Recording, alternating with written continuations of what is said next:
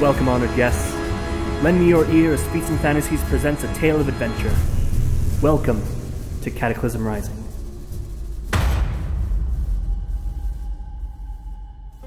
And welcome back, everybody, to Cataclysm Rising. I am Manny the DM, and to my left is... Alex. I am playing Boar. I was distracted for a moment there. I was not paying attention. And to my left is Mary playing Athelas tonight. Maybe next week as well. I don't know. We'll see what is in store. Are you swapping characters too? No, I'm not. I don't know, that's what it sounds like. To my left is... You know, do we have to do this to the left thing? Why? Well, okay, let's make it interesting. Let's go across from Mary. Alright, across from me is... Hi, I am Gunther. I play the character... And Claudius Christmas! Squire to the character... And I am also currently playing a reserved character named Nulmagus, and last but not least... We're gonna skip Aaron. Apparently he doesn't want to do this to the left. Hi, my name is Aaron, and I'm playing Neville Barkton of Countryville County Citytown, a.k.a. Harry Flintwood, Prince of Timbervault. And I really think that where you put that, we should put like a demented-sounding like robot thing that says like redacted. Just really that'd be scary, kind of funny. like Redacted. Honestly, because we don't know. He might not be coming back. That reminds me, Could be cool. It depends on what happens. Scary. I need to send you guys a picture of a Porta Subs. Alright, anyways. So, in our last episode, the party began to investigate the disappearance of their beloved teammate, Sylack. But they were the only ones doing so. A strange individual made a medal by the name of Nulmagus, claiming to be from an organization known as IDLE. The interdimensional law enforcement was looking into the case alongside them. After some investigation, unease, and distrust amongst the party, they eventually decided to go with Nulmagus to IDLE headquarters to get some answers. It was there they learned that the Oracle of IDLE prophesied Sylack's disappearance, and that if they did not rescue him soon, it would risk the destruction of their material plane. With help from allies of Nulmagus, a human-sized fish and a corgi, they deduced that Sylack had been taken away to the plane of air. For what reason, they're still not sure, but IDLE was willing to help them get there. After gathering their bearings, getting some rest, and gathering supplies, they were teleported to the plane of air, a beautiful but desolate void of sky and clouds dotted with floating bits and pieces of land. After rescuing a trapped magic flying carpet, it took them to a mountain made of islands, with a beautiful palace atop its peak. When landing upon one of the island cities to begin their search, they were approached by a curious blue individual who called himself Barja, Lord of the Vine, who was hoping to trade for Nulmagus. Athelas, however, buttered him up enough, claiming that they were all associates of Jabari. You butter him up enough, Barja enough, that he invited you all to his villa for brunch, where perhaps you can get some answers and info about this strange place that you now know to be Alhawa, the kingdom of the Jinn. You were brought to Barja's villa, a sizable property with a small vineyard and orange grove within its walls. The villa was decorated with beautiful alabaster columns and frescoed walls depicting arts of animals and fruits. You were brought to his courtyard gazebo and sat down for brunch and entertainment. And as it was being laid out for you, Neville and Boar noticed that the cupbearer, pouring wine for everyone, was a familiar face. A face they haven't seen in months. The face of Hovar, the bandit captain from Red Pine. And so now you all sit within the gazebo, on the floor, surrounded by various luxurious pillows and fine carpeting. Barja lays atop a very large hammock that seems to be a bit too large for him. He shifts and says, "Oh, excuse me, I forgot to return to my normal size." And he kind of does a twist and turns into a small blur as he expands in size to about now what was initially probably like a 6 foot human now looks to be about a 10-foot tall man. Just now lounging in the hammock that now seems to comfortably fit him. He says, "I am so sorry. I tend to small myself to see what it is like often amongst the servants. since not all of them are typically as large as we are. Now then, thank you, Hovar. Come, drink first, eat, then we'll talk. And, present before you is a very decadent spread of fine roasted and grilled meats, cheeses, plenty of bottles of wine, numerous servants of varying races, all clad in simple clothes and gold chains or cuffs. And when I say, I don't mean just like, when I say chain, I don't mean they're like completely like bogged down. It's more like just like a decorative chain sash type thing, where just it's still a gold chain, but it's just wrapped once around their chest. And you then begin to hear music as well outside of the gazebo, as several other individuals servants have gathered and have begun playing some gentle ambiance music as well. As some of you are dining, a female figure approaches the gazebo. She also has the gold accessories, chain, cuffs, but she also seems to be wearing some leather armor, and she has a veil covering her face and her entire head. Baja, you didn't say we were having guests. This is highly irregular. Carla, come. These are lovely people. Come join us for brunch. For brunch. Everyone, this is Carla. This is Clara, the captain of my personal guard here, and she will be joining us for brunch. She kind of the veil kind of gives all of you a once over, and then sits by his side and is given a plate by one of the servants. So the food that presented as well, as I said before, was wines, cheeses, roasted meats. It is all insanely decadent. Like, this is some of the best goddamn wine you've ever had. Oh, great! Fuck yeah! It hits all the notes that you want in a wine somehow, without you even mentioning like, hey, this is the type of wine that I want. Great. Now we're gonna have to go even further to get her fucking wine. How do you really feel about this? Well, deal with it first of all. Oh damn. Okay. Yeah. So I'm assuming you probably go through a cup quickly. Oh yeah.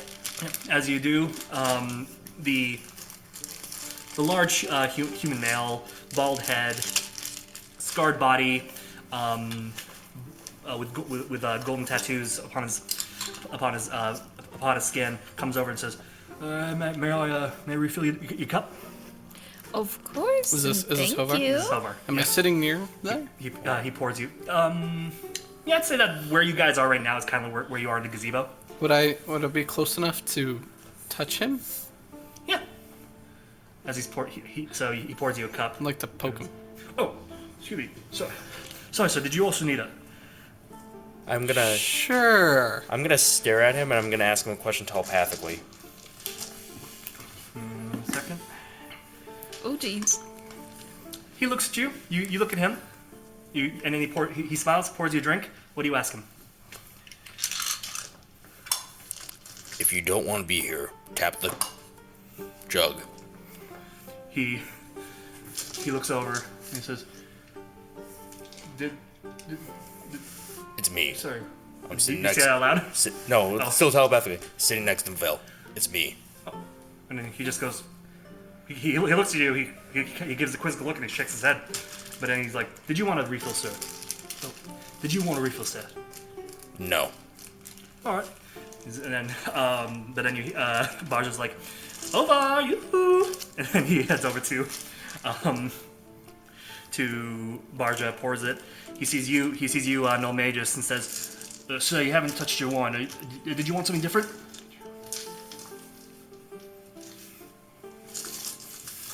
I do not require drink. Oh, all right then. And he gets himself back to Barja's side. Barja looks over at you. Okay. Oh, Oh, then Hovar runs over to Crispus and pours him. Grazie. Of course. Walks over back to Barja looks at Nulmagus. Where did Jabari pick you up? May I ask? Nulmagus is going to turn and look to Athelas and not say a word. I do apologize about his manners. There's still some kinks in his system we need to work out, but basically, it's such a long and funny story.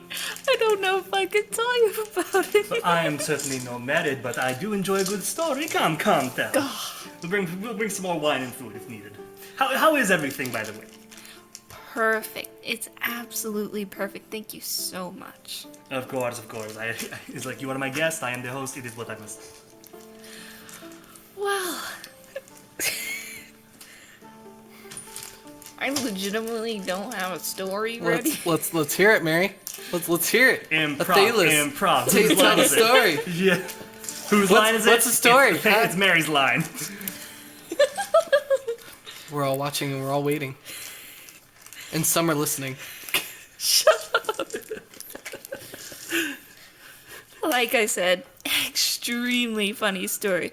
One day, me and Jabari, we were set up somewhere. This is when we were so small. We were setting up, tents are being put up, performers are, getting the tables ready for the cafeteria and whatnot. And we're scouting out a few of the, a little bit of the area around. And all of a sudden, this hand, not even a hand, just this finger, I see just come up right in front of me, just mere inches away from my toes. And I look down and I'm like, Jabari, what is that? And he tells me he doesn't know. He has no idea what that is. So I pull the finger. All of a sudden, the ground shakes a little bit. Are you proud of yourself? I can't tell if this is Mary or if this is Athelas who's corpsing right now.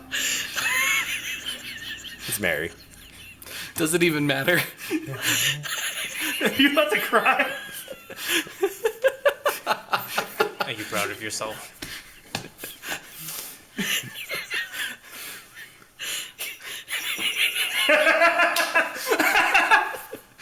So when you stop and then you keep going.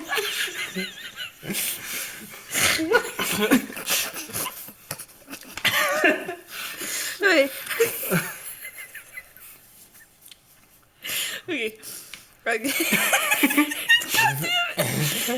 Got myself into a bit of a laughing fit. Okay. So you pull the finger. So you pull the finger. You pull the finger. I pull. This is so stupid. I love it. It's okay. You got there. Pull the finger. Now you're on the ground, is shaking. Yeah. Okay. So all of a sudden, the ground, it starts shaking. And it's so violent. Come on. And then all of a sudden, this, the top of a scalp comes up, the rest of the hand, the arm, and it's all pointing up towards the sky. Everything just coming up, and it's glinting in the sunlight like no jewel you've ever seen. And so it continues up and up and up. Me and Jabari, we're quite frightened at this point, because we have no idea what this thing is. It's just popped out of the ground. We don't know what's going on with it. And now it's right in front of my face. Or not right in front of my face, it's much taller than I. But I could feel the humming coming off of its body. So it's pointing up towards the sky. Scalp, it is pointing towards the sky. It's facing forward.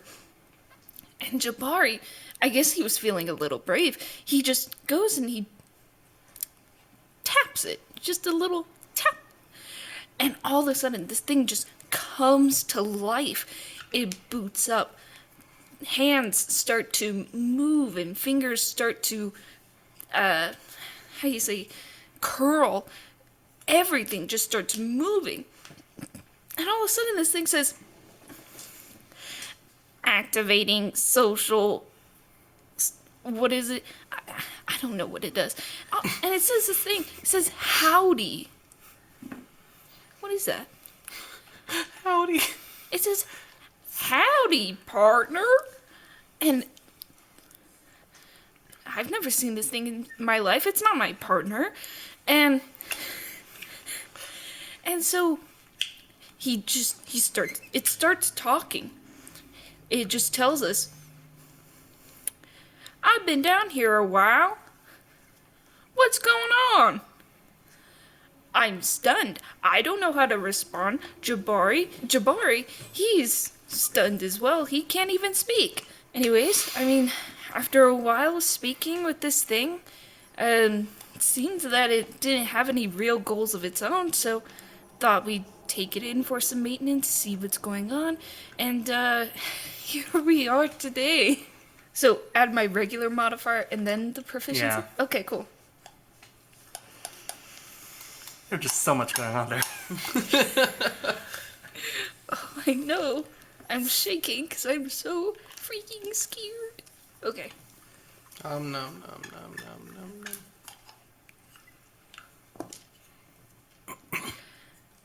Dirty 20. Dirty 20, okay. Oh shit! He is enthralled by your story, just swishing his chalice, just looking at you with real intent, and he's like, absolutely fascinating. To think that they're just buried in the ground and you can pull them out like radishes. It's fascinating. I would have said like daisies, but you know. Who doesn't love a good radish? Exactly. And speaking of which, we have some pickled ones right over there. Grab one. Pop it in my mouth. Yeah. It is bitter and very refreshing. Yeah. Gross. And crisp. Sounds awful. So what are you exactly all doing out here then? Why aren't you up in the palace with him? Oh, well, we're running a bit late, to be honest. We weren't able to catch up with Jabari in time. This one made sure of that. And I point to Boar. Oh, do tell. How did you cause some trouble? Oh, nothing. We were just traveling on the material plane, and someone decided to hold up a train we were traveling on, and I decided to intervene. Oh, you mortals, and you're traveling across material planes. so novel. So, you all seem rather so, considering the fact that you all tried to hold up a tram? Oh, no. Someone tried to hold us up, and that did not end well for them. Oh, okay. So that explains all why you seem rather ragged. You just came out of a rather hairy conflict then. Oh. Speaking of people trying to rob us, may I ask where you found that bald gentleman? Oh, Håvard? Oh, found him on the material plane. He fell into a cave. Fell into a cave, popped right out of it. You should have seen. He probably looked pathetic. Daddy! And Håvard is just like, Master. It's like, it's okay. Let me tell the story. So he falls out. I'm flying around on my carpet. I'm just doing a bit of leisure flying. I happen upon a rock outcropping with a human on there, just curtsing up a storm, as you usually do. We approach him. He gets all defensive. He tries to attack me. I laugh it off and I pat him on his bald little head and I offered him shelter. I offered him food. He begrudgingly comes along. And eventually he comes to stay within my employ, and now he's less of a stray dog and more like a pampered poodle. Interesting. This cave, was he like behind bars? Oh, I don't know about that part. Hold on. He coughs up. So I was on the run, and was running through the woods. Found a cave to hide out in, and just kept and.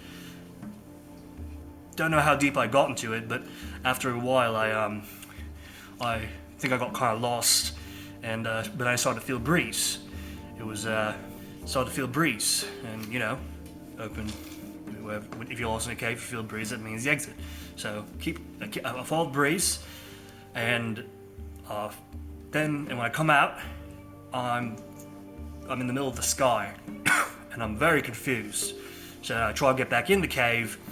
But rather than it being like, I don't know, a mile-long walk, I get 10 feet back into the cave before I hit a wall. And suddenly the cave is just a cave, not like a tunnel. So I'm stuck out in the middle of the sky, and then Master Baja found me.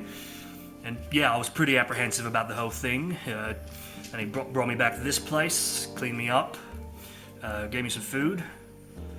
Said I could pay him back by just doing a couple chores around the house, and I don't know, did them. And I don't know, this place is pretty cozy, so I stuck around. And now I'm his cupbearer. He's like, "Oh, you're more than just Dad, darling," and he pats him on the head again. Oh. Well, it looks like I'm not the only person plucking up curiosities out of the ground. You will not believe how many individuals find themselves in the plane of air. Really? Like I said, you mortals and your material plane traveling, you have no idea what you're doing. It's adorable. Ovar, you said you were on the run? Yeah, just I don't really want to talk about it. Kind of a weird situation. Fair. I give him like a raised eyebrow. I'll lightly hit Nivelle in the chest and be like, there are some things a man just cannot speak of. If anyone knows, I certainly do. And as do I.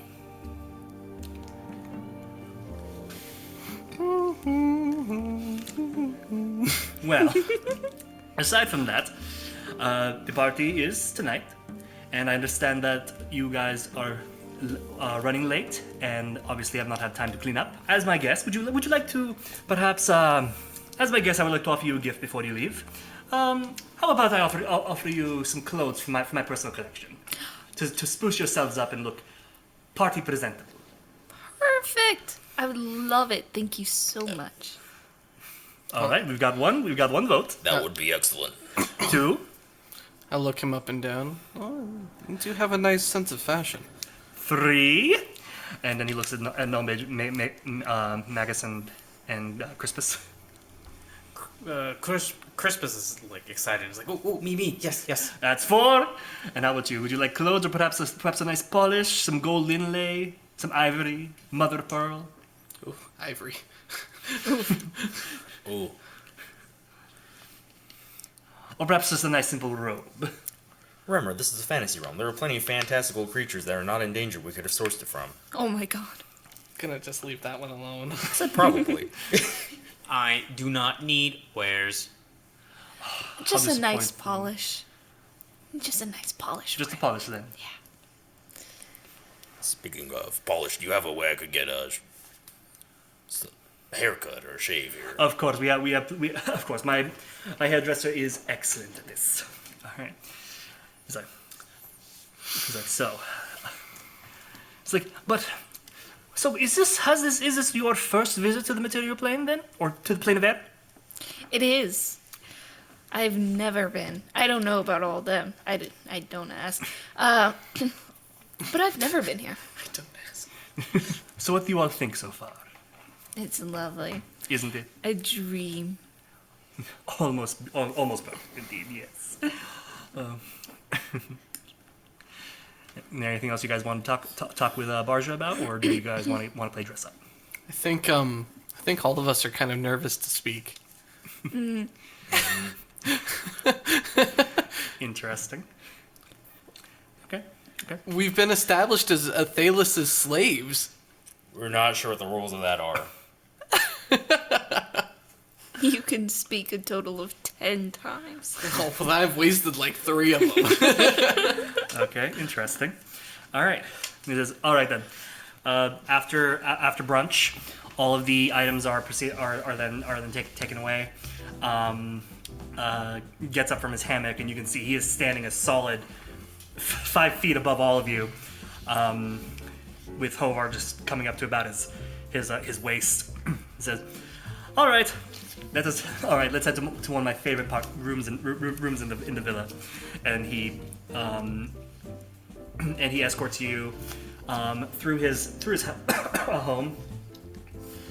You can see now that it's pretty well, nicely decorated. He walks you first through the lush garden where the gazebo is. He walks through a doorway, but rather than any doors, it actually has beaded curtains made of with the beads being made out of various woods, precious metals, and gems. And there are several of these in the house before he comes upon to his chambers. Which is it's pretty big, and there's a big round bed in the middle, and he leads you to a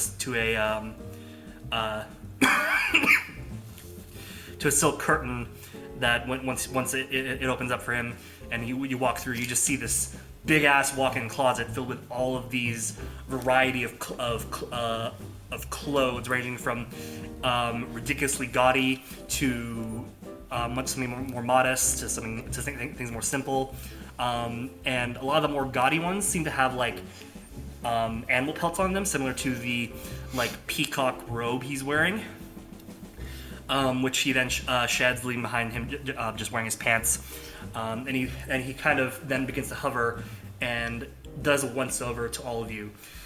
He looks over. You there, half-elf boy. Come forward, please. He looks at you. Awkwardly walk forward. Looks at you and says, I smell a bit of the forest on you. You have a very lone wolf feel about you, but you seem to have found your pack. I say let's put a brown, gray wolf upon you. And he claps his hands, and immediately an air cocker comes flying by with an ensemble that has a gray wolf pelt mantle over his shoulders, and he presents it to you. Try that one on over there, and let's see. It's like the storyteller. Come here. Oh, me. Let's see. White on pink, and it's already a very natural palette. Very talkative. Very presentable. Peacocks, and he gives a clap, and another. Similar but different peacock robe is presented for you with the feathers trailing across of it. He gives it to you, shows you to another closet, and he looks over at you, Boar. It's like the train hero. Kind of does a once over you. Smells of the sea a little bit. Very scruffy, but we're going to change that soon. Shark skin, yes. And then he gives another clap, and a very simple, far less ostentatious looking piece of clothing is presented before you, and it has a very very solid matte finished piece of leather on it that has a very it's been a while since I've read the description of what shark skin feels like. Almost sandpapery, but finer than that. He presents that to you, and a room to change in. He looks over at Crispus and says, "Very excitable, very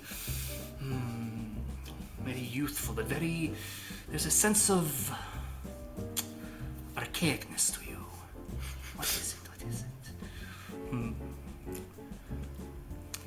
plenty of potential in fire.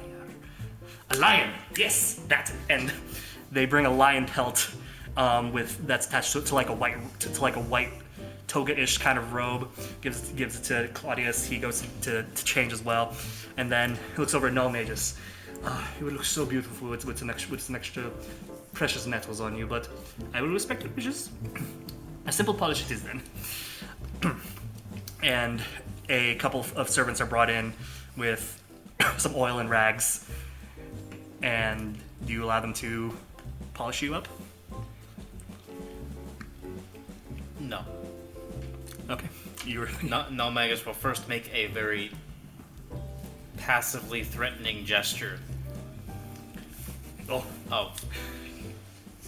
Do not touch. Oh. Okay. I guess you prefer the more rustic look. That's also very appreciated. Very in right now. It's like and then he shoos the servants away. And after a little while, you guys come out, and you are all very interestingly dressed from what you looked like last time. Nivelle has a gray wolf pelt mantle across his shoulders. Athelas, you were given a very nice robe with a peacock trail coming across the chest and down to the waist. Boar, you're given that shark skin outfit that has it's kind of like almost seems like a big overcoat in some places, but it still looks very presentable. Claudius comes by and he's got a big old lion head right on his shoulder with the rest of it like wrapped around him in like a white toga robe. And Nulmagus is still the way he is. You all look so lovely. Let us get you that haircut. And then he brings in a goblin with a number of who's carrying like a little suitcase and says, "All right then, who's the master who are we giving you a trim today? No, we're giving this one a trim." And then he says, "Oh, okay. Been a while since I've worked on. Been a while since no, it hasn't been that long. Come on over here then, mate." And then a chair is presented before you. And is there any particular style you would like to try and just a quick trim? Neat hair. I imagine he's gotten scruffy since he's been at sea for months at this point. Okay. Yep, just a good old trim, cleaning up the facial hair. Yeah, turn into like a mustache goatee thing. All right, cool, wonderful. After Barja kind of finishes gushing all over you, he calls for Mijan, the tiefling that you met earlier. He's like, "When is the party again?" Well, master, several guests are already beginning to arrive from what I've heard, so I believe it is appropriate to go now. It's like, wonderful. Fashionably early or fashionably late, I'm not sure which one this will be, but shall we? We shall. Okay. So, this time we will take my carpets, and Barja leads you all onto his grove vineyard out front, and several carpets are summoned and brought before you. Would anybody like to do anything before you all head to the party? Do I have all my gear on me despite dressing this way? Yeah. All of the clothes are actually pretty oversized for you. Oh. So you're able to fit all your stuff underneath it. Okay. Cool. Yeah. I'm cool with that. Can I call for our carpet somehow? It came with you guys. Okay, cool. Okay. Yeah. I'm chill then. I'm just following Athelas' lead. Okay. Yep. You all get on the carpets and are immediately. Hey, listen, you took charge here. Like You did. That's what happens. True. Okay. You all are taken up to now. What you can now see is flying up the mountain. You now can see the huge ass palace at the very peak of this mountain, which kind of almost envelops the entire peak itself. That Nivelle saw earlier, and up close it is far more imposing than it looked from how far away you were earlier. Mm-hmm. You can see that the palace is decorated in banners and with tall walls made of rigid cloud stuff and alabaster stone. You land in front of what would be the main gate to this walled fortress, and you can see that there are other genies who are arriving as well. and they're actually a bit more modestly dressed than Barja is. They still have their own unique looks to them, but Barja seems to be the one who seems to be doing the most, who seems to be looking the most eccentric and overdressed. He's just doing the most. He's doing his thing. He's giving the most. They also seem to be being validated by carpets and are also being followed by a small entourage of non-genie individuals who are also dressed up. You can see that they are being met by various Aarakocra guards, the winged bird people, dressed in some light leather armor, carrying spears or otherwise, and they are being led towards into the main gate. You guys arrive with Barja, and it says, Lord Barja, I see you've come with a much larger entourage. Yes, these are acquaintances of Jabari. Oh, the Pasha. Yes. Okay. Well, head on in then. Everyone is currently in the Zephyr Hall. The guards will lead you to there. It's like, of course. I've been here before. You know the drill. And all of them, and you are led through.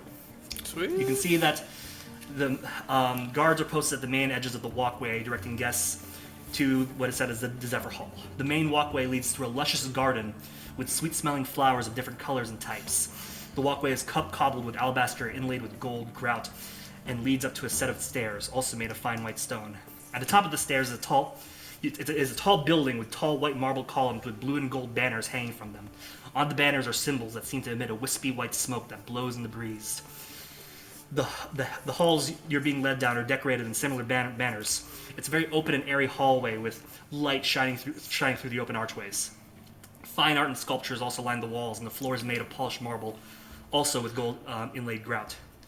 And you are eventually led to a large door with geometric patterns carved into it, and it's inlaid with gold and other precious metals and jewels. The door opens up for you, and the entire time you've been walking up through this place, aside from the smells of the garden, the flowery smells of the gardens and foliage and all that kind of stuff, the air here has been incredibly crisp, very similar to what it was like when you guys were up at Melora's Crown, but somehow even purer than that. And then the doors open, and the fresh air is replaced with the smell of cooked meats, pungent wines, and sweet fruit filling the air. When you enter, you see a round chamber with walls and columns that are carved with intricate tessellating geometric shapes that crawl up the wall into the crown molding about 30 feet. 30 feet high. Floating above everyone are about 7 small clouds, but one of them hovers much closer to the ground, and you can see it's holding a band playing music with various instruments. The other 6 are much higher up and look to have other Aarakocra guards watching down below. The ceiling itself is a rotating massive cloud similar to what an eye of a storm would look like, and with light shining straight down from the hole into the center of the room. And you can see within this light a few dozen minotaurs standing guard outside the perimeter, decorated in armor and gold chain and jewelry across their horns. In the center amongst the light, a crowd of very big people are currently socializing. There are large tables arranged around the room, close to what seem to be various buffet tables, serving a variety of things like meat, fruit, wine, breads, and cheese. And desserts, of course. The party itself consists of servants carrying large trays of foods and drinks to the very big genie-like beings. Some stand around on two legs, some float above each other, lounging on cloud stuff or beautiful floating furniture, like chase lounges and things like that. Among these genies are plenty of the dark-haired, blue-skinned jinn that you've seen around Alhawa. And they're all stupidly hot. They're all just really fucking attractive, and it's weird. But intermingling among them are large fish-like humanoids, similar to the Locathah you've seen before, but more humanoid in their body shape and limbs. Like, the Locathah that you've seen have had like fin hands, but these fish-like humanoids actually have proper arms and hands and fingers and things like that, not just fins that act like arms and hands. They're also more affluent and ostentatious, as they are all dressed in heavy silks and fine jewelry that rival or overshadow the decadence of the formal wear of the djinn. Some of them float with their lower halves swirling like a column of foamy water, and one of them seems to be sitting in the arms of a huge white statue. Off to the side, some of them are all mingling by playing what seem to be party games. Some seem to be throwing darts at a gigantic dartboard, or trying to play with a giant tower of blocks, pushing and moving them, and trying to make it not fall. The only other beings of note that stand out amongst this crowd, quite literally, are 3 giant humanoids. Two seemingly male and 1 female. All of them are wearing long dark robes or clothing, and they're also decorated in fine jewelry, but they also have golden masks. One holds hers on a stick, while the others have it strapped to their face, and they seem to be conversing with another djinn, who, despite seeing all of these djinn all are very, very tall. But this particular djinn seems to be bigger and taller than all of them. And maybe like a good 5 feet shorter than these other huge giant humanoids. She sits upon a throat of clouds, and as I said before, she looks larger than most of her peers. And the last thing you do notice beyond the decadence and finery are shadowy figures tucked away into niches within the walls of this circular chamber. Framed under an elaborately decorated archway are huge statues of humanoid figures decorated in heavy gold chains and cuffs, wielding spiked Morningstar clubs or flails. At least they initially look like statues, until you notice them shifting in very casual ways. They scratch their armpits, they fidget in place, they sniffle and wipe their face. These aren't giant statues. These are giants. And they are also chained with humongous gold chains similar to what all the other servants are wearing. And they stand attentively watching the party. Welcome to the Zephyr Hall. Okay, so you guys have entered the Zephyr Hall. There's a party going on. Plenty of genie of 2 different types, reveling, having fun. You can see sitting upon a throne a much larger djinn, sitting there, looking amongst the crowd, seemingly conversing with 3 giants, humanoids. And surrounding this entire area is a lot of security in the form of minotaurs, Aarakocra, and 5 big-ass giants, kind of just tucked away in the corner. Barja looks upon all of this with his own entourage of consisting of Hovar, Mijan, and a couple of others, and looks upon it as all and says, "Oh, it has been a while since I've gone into a social situation. You all have fun. I'm sure Jabari will be presenting himself any minute soon. I'm going to go mingle. You might want to mingle as well. Get to know the people. Ta-da!" And he just his lower legs turn into a small whirlwind, and he just flies off, and his entourage follows with him. You guys are now left at the entrance, looking amongst the entirety of this. So we're gonna go find Jabari, right? Yes. Cool. Which way? Maybe towards the stage? Can look. Is there a stage? There doesn't seem to be an actual stage. The only stage that seems to exist is the hovering cloud, which is a little closer to the ground. The only thing that's reminiscent of a stage would be the floating, the cloud that's hovering over everybody. That's a little lower than all the other ones that are much higher up. And even then, it seems like it's really only made for the few individuals, the few musicians that are on it. It doesn't seem to be like a big stage of any kind. So yeah. Disregard my comment then. Nulmagus would like to investigate for the man named Jabari, but I would like to incur a disadvantage by not actually using his name. Okay, how... Elaborate on that, please. Or I should say... Fuck. I'm trying to find information without being obvious that I am seeking them out as a, for the purposes of apprehension. So now Magus is gonna use his southern drawl friendly automation in order to provide friendly conversation to acquire informations about where this Jabari fella might be. Okay. Because everybody thinks the southern drawl is a friendly thing, right? Okay, so real quick, are you guys splitting up or are you all sticking together? Nulmagus is gonna go off on his own. Yeah. Nulmagus is going off his own. You Okay. guys see Nulmagus immediately walk over towards the crowd. Okay. Considering our significant lack of a plan, Yes. I did not have time to commit that spell to memory, right? What spell?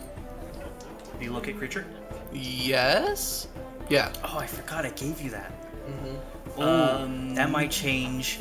That might change my plan. Then, I think. I don't think you had a chance to try and copy it down. I don't think you can. Is it within your level? Yes, sure it's that above was your it. That was level. it actually. It wasn't No, your I level, just so you pulled weren't it able up. Yeah. So Okay. No, that changes my plan. But we don't know if Jabari's here. So that doesn't change my plan. We also don't know if Jabbar is even the same or the right circus. Person, yeah. There could be a million Yeah, circus. we went for the first This circus could we be, heard of. the other Jabari brother. Sure. Yeah. Yeah. Jabari with a Y. Yeah. And a Q. Because why not? Yeah. I'm Jabaricus. I'm Jabaricus. It's like Catherine, and Quathrin. Nulmagus Exactly. is gonna go into the crowd and start asking Okay. if anyone knows the location of Jabari, but trying not to look like a narc. Okay. So I'm gonna roll with a disadvantage if that's okay. Do you still have a badge on your chest? Yeah, but like unless someone just curious. knows. Just curious. How's everyone in here dressed? Hold on 1 second.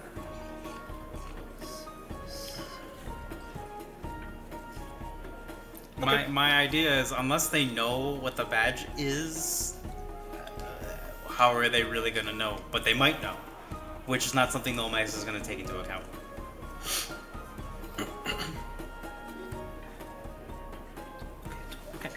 All right.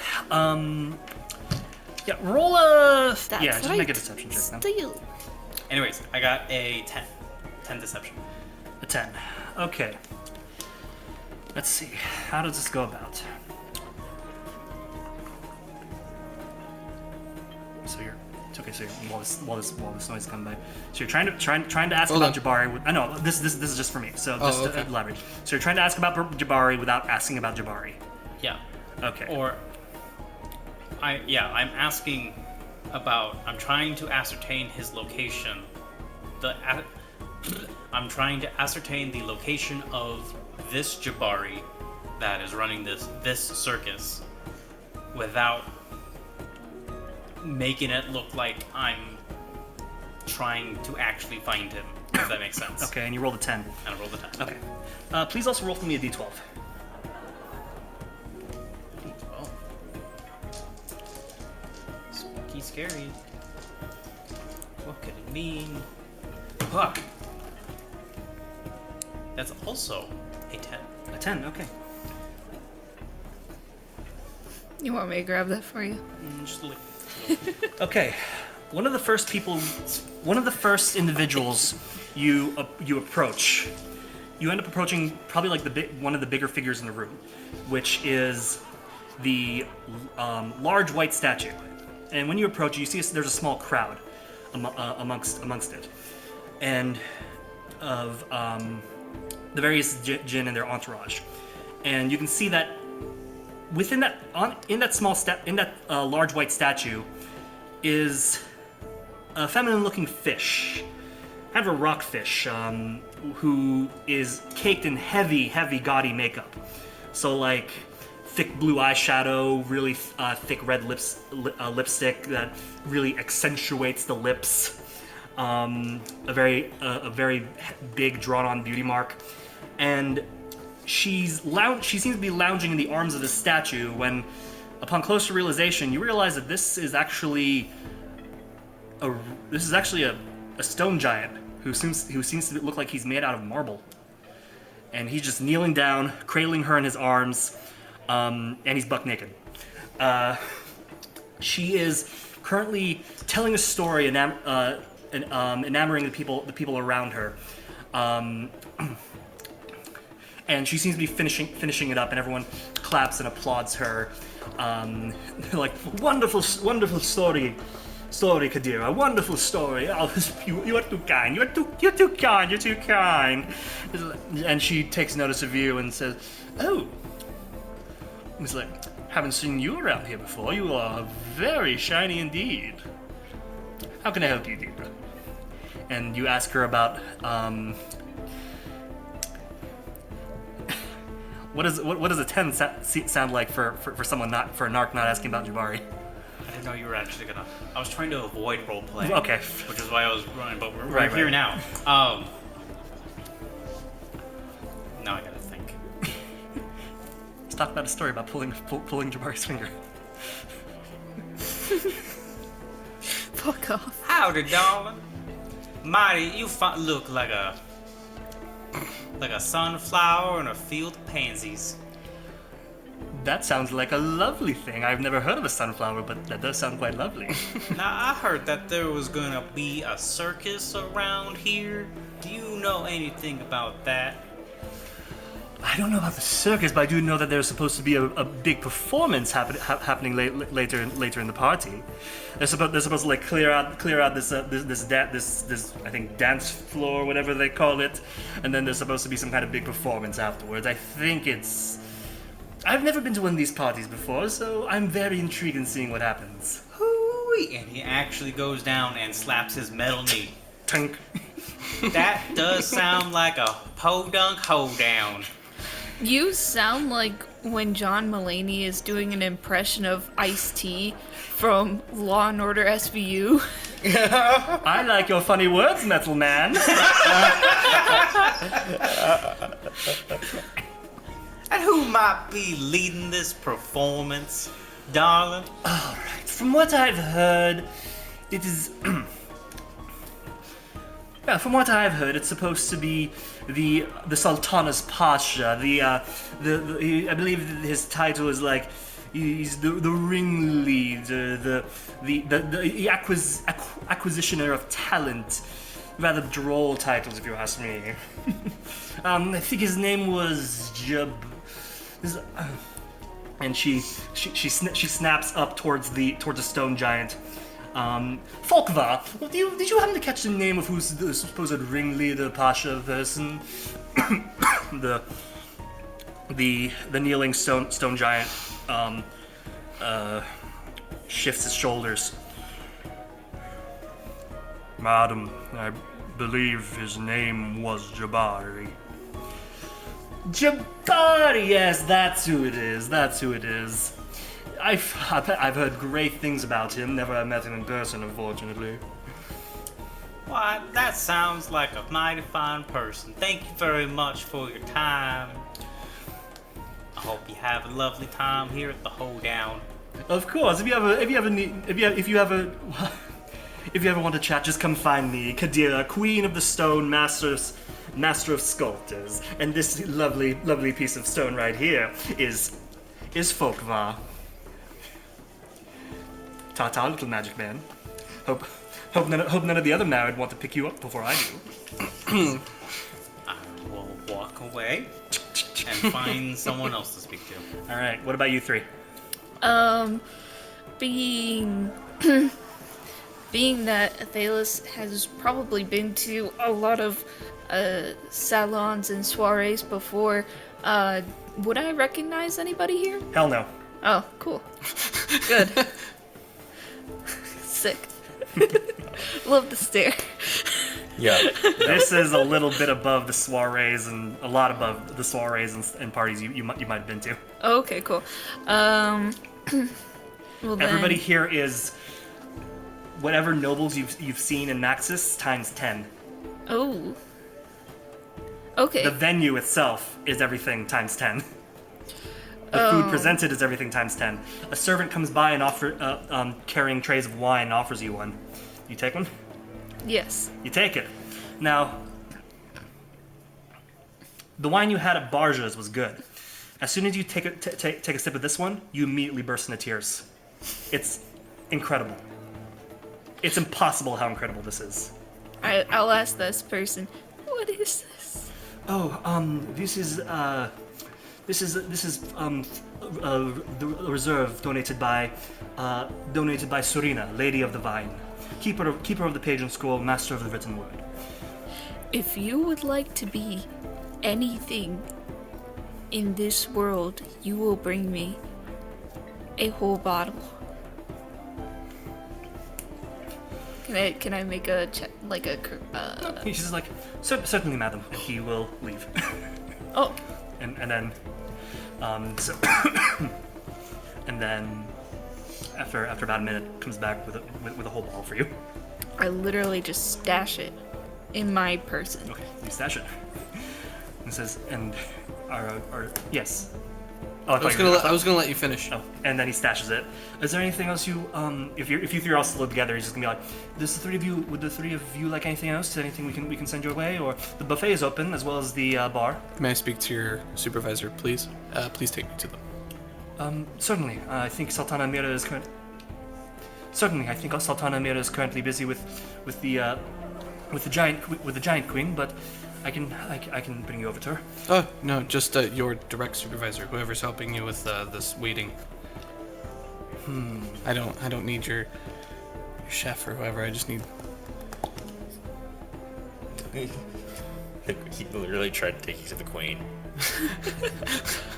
I don't need that high up. Imagine like you're at your job and somebody says, "Hey man, can I speak to who's in charge here?" And you're like, "Oh man, all right, get in the car.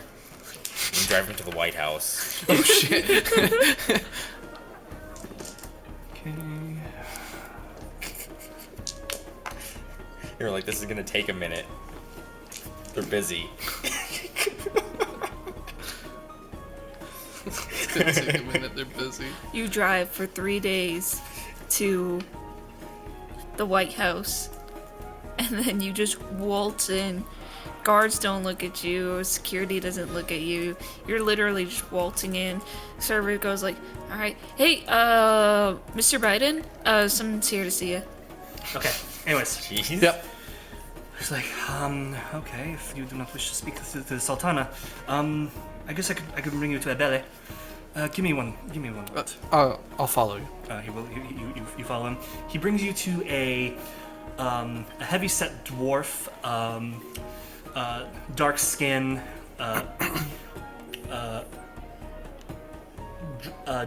dark black dreaded hair with gold cuffs, decorating it, and his beard as well is also dreaded and has various golden baubles and jewelry tying it together. He sees two of you approach. He's like, hello there. Is enjoying the party? I'll look to the servant. Yeah. Servant? Yeah, servant. Servant? Okay, yeah, I'll look to the servant. Thank you very much for your help. I really appreciate it. Of course. And then wait a moment for them to, leave. Yeah, he leaves. The servant leaves. Okay. If I may, and I'll kind of come in a little bit closer. I really need your help. I'm supposed to be a part of Jabari's crew, and if I don't get to him really quick, he's gonna kill me, and I'm really late, and I have no idea where I'm going. Make a deception check.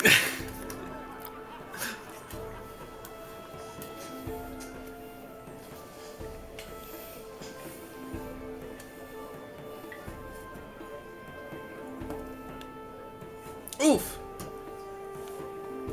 7. 7? He looks at you. New, huh? Yes. I have no idea what I'm doing. He looks you up and down.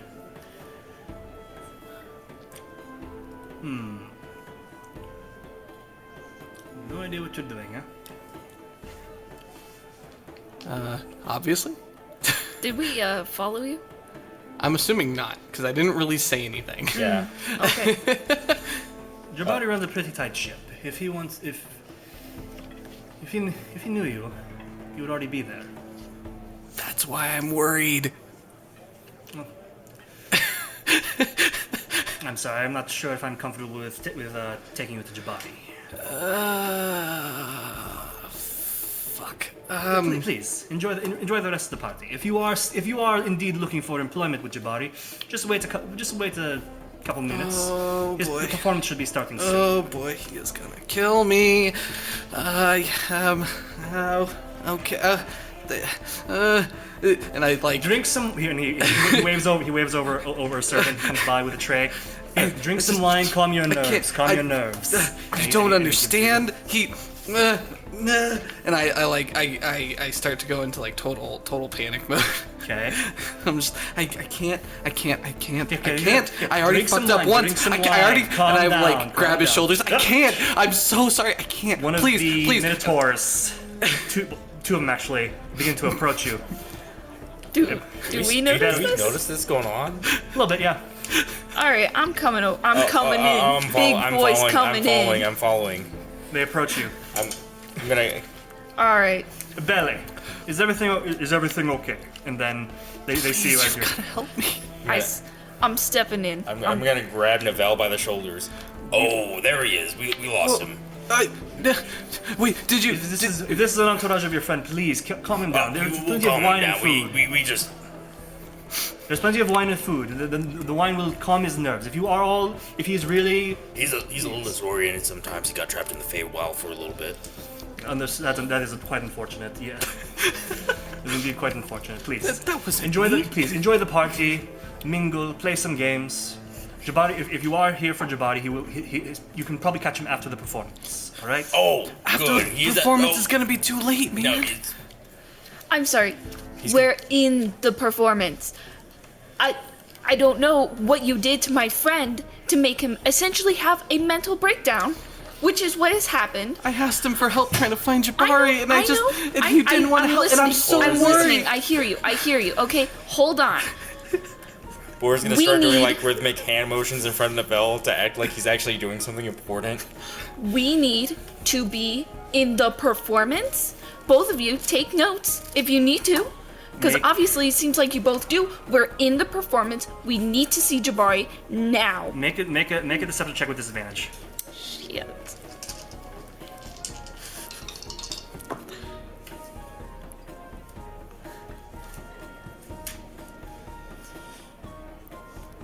have a bad feeling about this. And Boar's gonna like start to like pat Athelas and go, wait, 1, 2, oh, another one, and he's gonna slip off into the crowd. Okay. That's a 10. Two behind. A 10. He runs a very tight ship. If you try and interfere with whatever it is he has planned right now, you might just get in more trouble. Trust me, just relax, drink some wine, have some food, enjoy yourselves. You can meet him after the performance. Especially during the performance, he is very... Here's with me, he's a very tight ass. So just relax, I assure you, I am tighter assed. But thank you so much for all of your help, really. Let's go. Let's go. Let's wrap this up. Let's go. Dip. As we're walking down, I'm just gonna like mutter and be like, I can't believe they didn't play that. I don't really understand what's going on. That's just Where is that was really bad. Where is Claudius? Where's Claudius? Claudius is with them. Okay. You really could have done a At this lot point, better. just acting I like really believed in you. it doesn't usually go that way. I know, Or something. I don't know. Okay. So sucks. you dip off into the crowd. I'd like you to roll a d6, please. That is a 5. 5. Okay. Oops.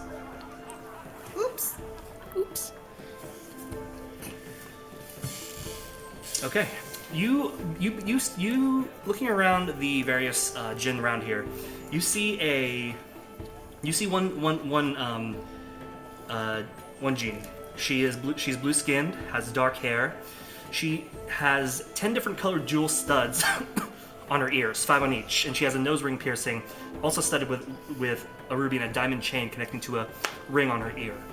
She's dressed in like most of these individuals are dressed in silken robes that flow, showing a lot of skin, and you can see she has a belly button piercing with an emerald on it, and she also has a giant boa constrictor wrapped around her shoulders and a very big cat in her arms that she's just stroking, and she just currently seems to be people watching, and nobody seems to be bothering her at the moment. So she seems like someone you can approach. Perfect. I will go bother this person who's not being bothered. Yeah. As the unsociable robot that I am. You approach, as you get closer to her, you can see that she's also surrounded with a gold dragonborn who is holding onto a leash 4 other animals. You see one direwolf, a griffin, a really big bug-like creature with sharp, razor-sharp teeth and no eyes, and a giant snail. So you approach them. How do you greet them? Howdy, darling. She takes notice of you. She kind of breaks concentration and looks down at you. Oh, well, hello there, little armored man. Enjoying the party? Why, yes, this is a mighty fine festival you got here. I have a question for you, if you don't mind answering me. Of course. I am Nuha, Nuha, Lady of the Jewels and Mother of the Lost. Who do I have the pleasure of speaking to? Now see, darling, you might be the exact person I might be looking for. You see, I'm kind of new around here, and I was wondering what kind of entertainment this here festival seems to be planning. I keep hearing things, and I just don't know what. Oh, well, I suppose you were talking about Jabari then. He typically brings in entertainment for all of us to see. Sometimes it will be something new that he's brought in from another plane. It will either be some form of dog and pony show, but instead of a dog, it is a manticore. Instead of a horse, instead of a horse, it's a giant. And they'll either enact some big demonstration of some kind, or it will be some form of small play recounting some kind of historical event that happened that none of us are aware of. I think tonight is supposed to be some kind of historical reenactment. It seems he has put a number of non-animal individuals under his employ recently, from what I've heard in rumors. I see. Would you happen to know, being surrounded by many a critter? They're lovely, aren't they? They are quite lovely. A mighty fine zoo you got there. Now, would you happen to know, if you don't mind me asking, what kind of non-critter had he be bringing today? Do you know who his lead? What's the word? I ain't got no southern word for actor. maybe just actor. This is both Gunther and Nulmagus. I ain't got no southern word for that. A performer? Performer. Or You have a very charming way of talking. There was a nice loud voice that came into my head that told me performer a thespian, if you will. Bor passes by, overhears this, and just telepathically performs. A thespian, a performer. She says, well, he has brought in various new groups, things like kobolds, goblins. Sometimes he occasionally employs giants. From what I hear, he seems to have a new star. About a week ago, he came around, and posters were propped up all over the place of the shining new star of Alhawa. And we've been all looking quite forward to it. Did you say Ottawa? Alhawa. Oh, Ottawa. Okay. I was gonna be like, wait a second, that's a real place. Ottawa. So we believe that this shining star of Alhawa is going to be appearing tonight. I'm looking quite forward to it. So this here Jabari fella, he likes to keep his performers a secret. You're telling me? Yes, it surprises. Yes.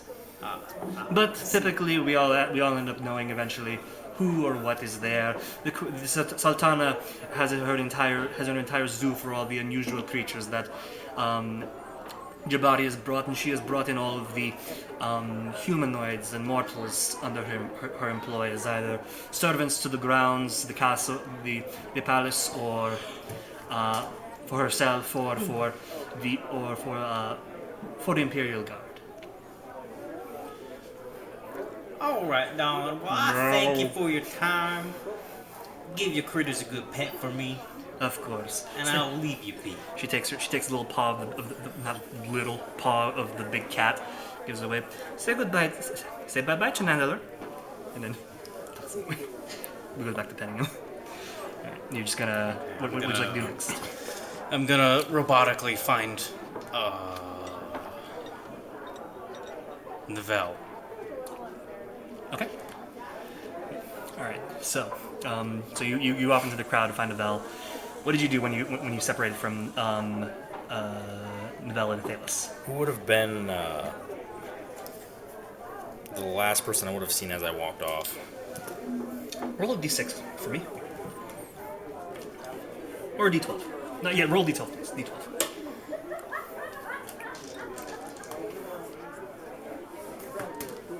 9. Okay. The last one of our party, I should say. Oh, of your party? Yeah. Well, if that was the case, then it would have been these two and Claudius, because you just. Yeah, I'm making an assumption that Claudius stayed with myself Yeah. and Mary, unless told Yeah, otherwise. that also easiest person to pass the plan off to. I'll just kind of telepathically speak to Nivelle. I'm looking for exits. If you hear a boom, you should move towards it.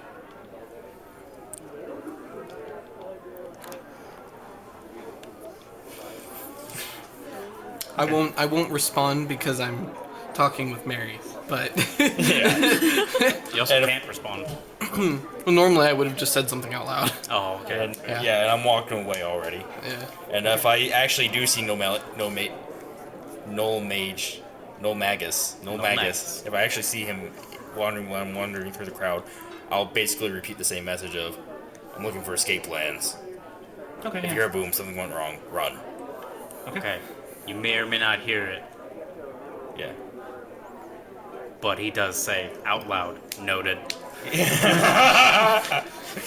And what is and for that, Boar will actually kind of like nonchalantly, like quietly, without like trying not to raise any suspicion, look around for any escape routes. Okay, make a perception check. 21. 21. Based on what you can see with the 21, the only real exits you can see are the big door behind you guys, as well as the ceiling, which is an open ceiling. And as I said before, it is like similar to what I have the hurricane. So there is literally just a circular space gap of clear sky that you can see through the clouds. Okay, I can work with that. You can see that it Right, because everybody in this fucking plane flies. You can see that it's like a slowly churning mass of clouds. Yeah. We have to break into the carpet so that we can get a flyaway vehicle. Oh my god. That was actually the plan. You oppose the air, hops into rolls onto the carpet. I was actually with that, noting that I'm Carpet gonna like starts screaming. find a quiet spot to summon my familiar if I don't have it already. Yeah, you do that. You summon your familiar. Aye, Captain. You can see now that he looks very. All of the feathers on his person seems to be kind of like fluttering more than usual. They're just kind of like up and just. Okay. And he seems to be of a much lighter shade with more white, more white accents decorating him. Okay. Was not expecting that. Aye, Captain. Yeah, I need you to go find our carpet. Aye, Captain. It's the one with the personality. Okay, I will do my best, Captain. And tell him to do your best to get him to just circle above us. Or circle around the building and listen for any weird noises. Aye, Captain. And with that, I will trust the familiar to go do this weird task somehow. Does your familiar have any stats? Yes. Bloodhawk. Right, yeah, it's a. Yeah, you just use the stats from a hawk. Yes, please make a investigation and then a persuasion check with your hawk. Okay. All right. While he's doing that, what are you two doing? All right. I'm. Okay. I'm Athelas. looking around for what? We got to come up with a plan here. Nulmagus just took off. Boar just took off. He's looking for an exit or something. We gotta come up with a plan. Claudius, come on. Let's huddle. We gotta do this. Let's come up with a plan. You guys Okay. just football huddle. Considering Investigation and persuasion. Who's on my right? Just say it's Can no. I? Oh, I'm sorry about the name, Master Novella. It's quite itchy. Let me get it out of the way for you. Can I argue that? That's fine. into It's fine. I understand. Thank you. Can I argue that into a perception because that's how he'd probably try and find things if it's bird prey. Yeah, sure. Okay. Yay! He has advantage on that. Cool. okay. I'll let you do your rolls. That is an 18. 18 for perception. Okay. Yeah, perception. Okay. And then Now roll persuasion, please. 6. Okay. Cool. Good to know. All right. Okay. So. Considering we know nothing about what this performance includes, I say, for now, we ask around. We're looking for Sylack, obviously. Obviously, yes. So we ask around to see if anybody's noticed a new performer in this Jabari's group, as we, I guess. Is this me metagaming? Okay. Okay. Just checking. You're good. Okay. We're gonna ask around. Once performance comes out, we're going to be in that troop no matter what. Cause I got some lies to hold up. I got some lies to keep in Yes. check. So how about then, instead of, because I hear you, instead of like asking around, what if we like did some like sneaky stuff? You know, I would not be opposed to that at all. Cool. Claudius, you down? Oh, yes, sneaky stuff. Very covert, as you say. Yes, Master Novella? Yes. Nulmagus will appear out of nowhere. I have found this Jabari fella. Oh my god. Excellent. Oh, shit. Whew. Goddamn. Have you now, Nulmagus? I have found that his performance will be happening tonight. It'll be a recreation of some historical event performed by a star of... I forget what the name is. Alhawa. Ahua. Ottawa.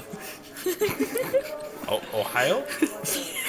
Oh, Ottawa. Star of Ohio. Anyways. Does this sound familiar to you all? Not at all, but Sylack is very bright and shiny, so maybe? Physically.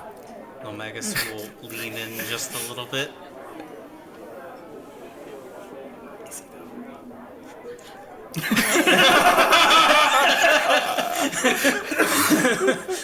I'll lean in a little bit. Yes!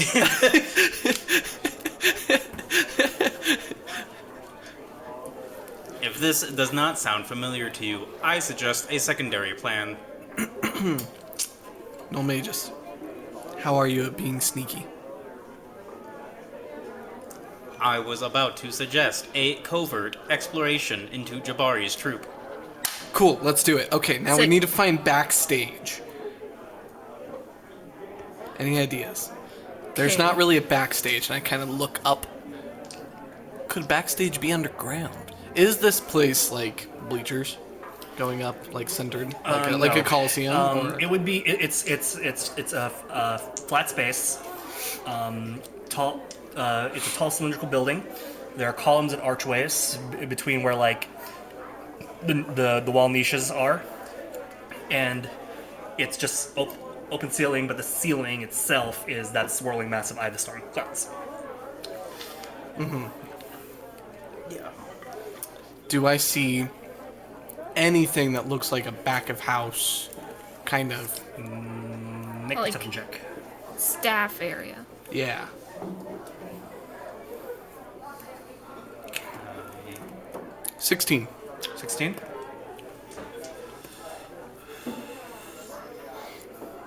Not really. Seems that, okay, 16. The 16, within what you can see that the staff seems to be coming from from the one main door hallway, coming in with various trays and things like that, or coming back and returning. Mm-hmm. And what are you gonna do? Let's go there. I suggest that's the best place to start.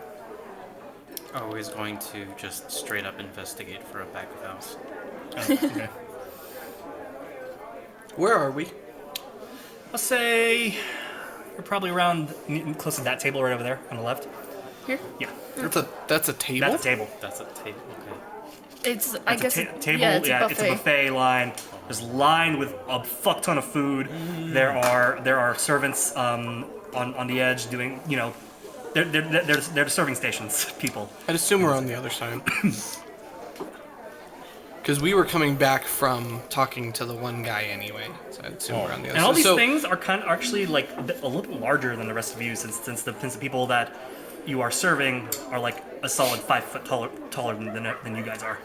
Yeah, can I investigate for a back of house? Sure.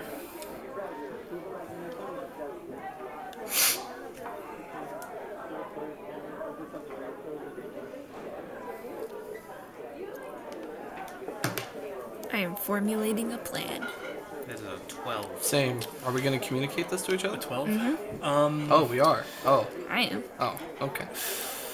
Shit, he threw me off. It would be essentially the same thing as that he saw. Any kind of like back of house servants coming in and out would be through that one big main hallway door. Just to clarify, which This is way? That's the door right there, facing towards me. That's the door? Yeah. Oh, I didn't draw it. Sorry. Yeah, my bad. That's where the door is. Yes, like that. I'm so sorry. Is it 15 feet? Is it a 15-foot door? Make it 20, please. That's a big ass door. Big ass people. You can go in between the squares.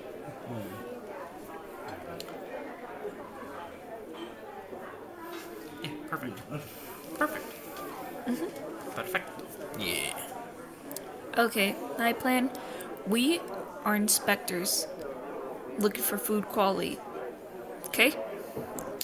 Making sure everyone's washing their hands.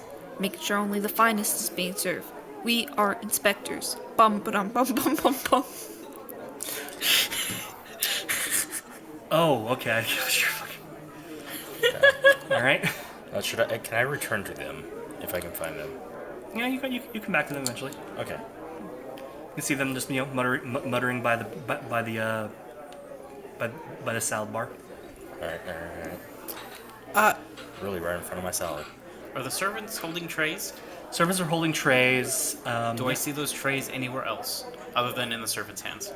You can see the trays are also on the buffet table, and they seem to be going over collecting the trays that are starting to empty out, moving whatever's left, whatever few items are on there left onto another plate, and taking that empty plate and walking up towards the main entrance. Cool. Nulmagus will grab one of the trays. Okay. Which tray did I grab? It was a bread roll tray. Cool. Who's the unfortunate sap?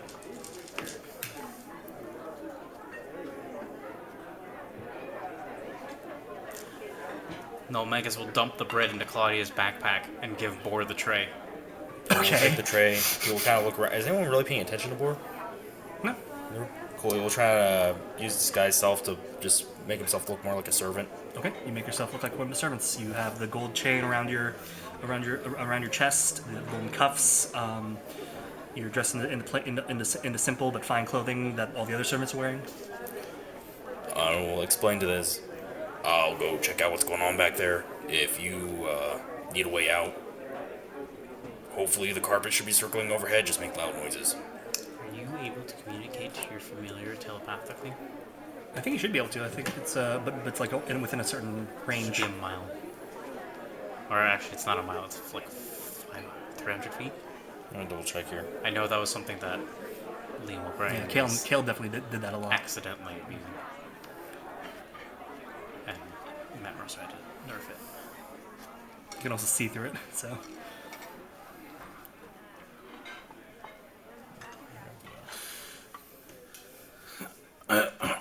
So nobody's really paying attention to us, is what you said. Not really.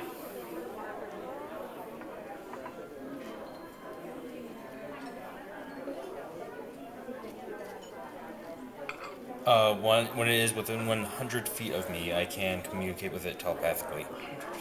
Additionally, as an action, you can see through your familiar's eyes and hear what it hears until the start of your next turn, getting the benefits of any special senses that the familiar has. During this time, you're deaf and blind with regard to your own senses. Okay. Okay, never mind.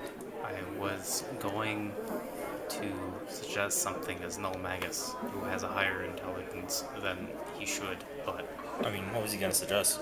to leave your familiar with us. Ah, Because you have to have line of sight for the telepathic mind thing, yeah, but you don't with your familiar. right. But you guys don't understand my familiar either.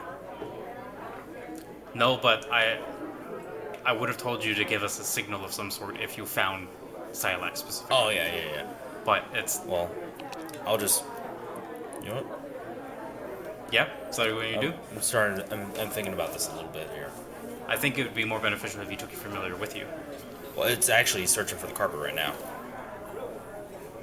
That's what I did. It's not. I told it to go find the carpet and to Then get you the can't communicate with get it. the carpet to fly overhead and wait for any loud noises. So it's not here. I don't know if it's within 100 feet or not, because it just kind of... I told it to fly off and do the thing. Okay. I'll just try and communicate with it telepathically real quick and ask it if it's actually seeing anything. Okay, you try to telepathically communicate with it, and the first things you hear are, "Come on, you damn scurvy carpet! I'm sorry, master. It just doesn't want to follow me. I don't know why." That's it.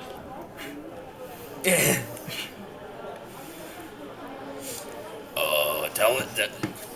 Can you tell it that we're trying to make a escape plan in here? I tried to, and then I took at it to get it going, and then it just started attacking me. What's it look like? It's got a person on it, in a... I don't know, is that a mountain? Okay, yeah, that's it. Come on, you stupid carpet! The master... And they just... You...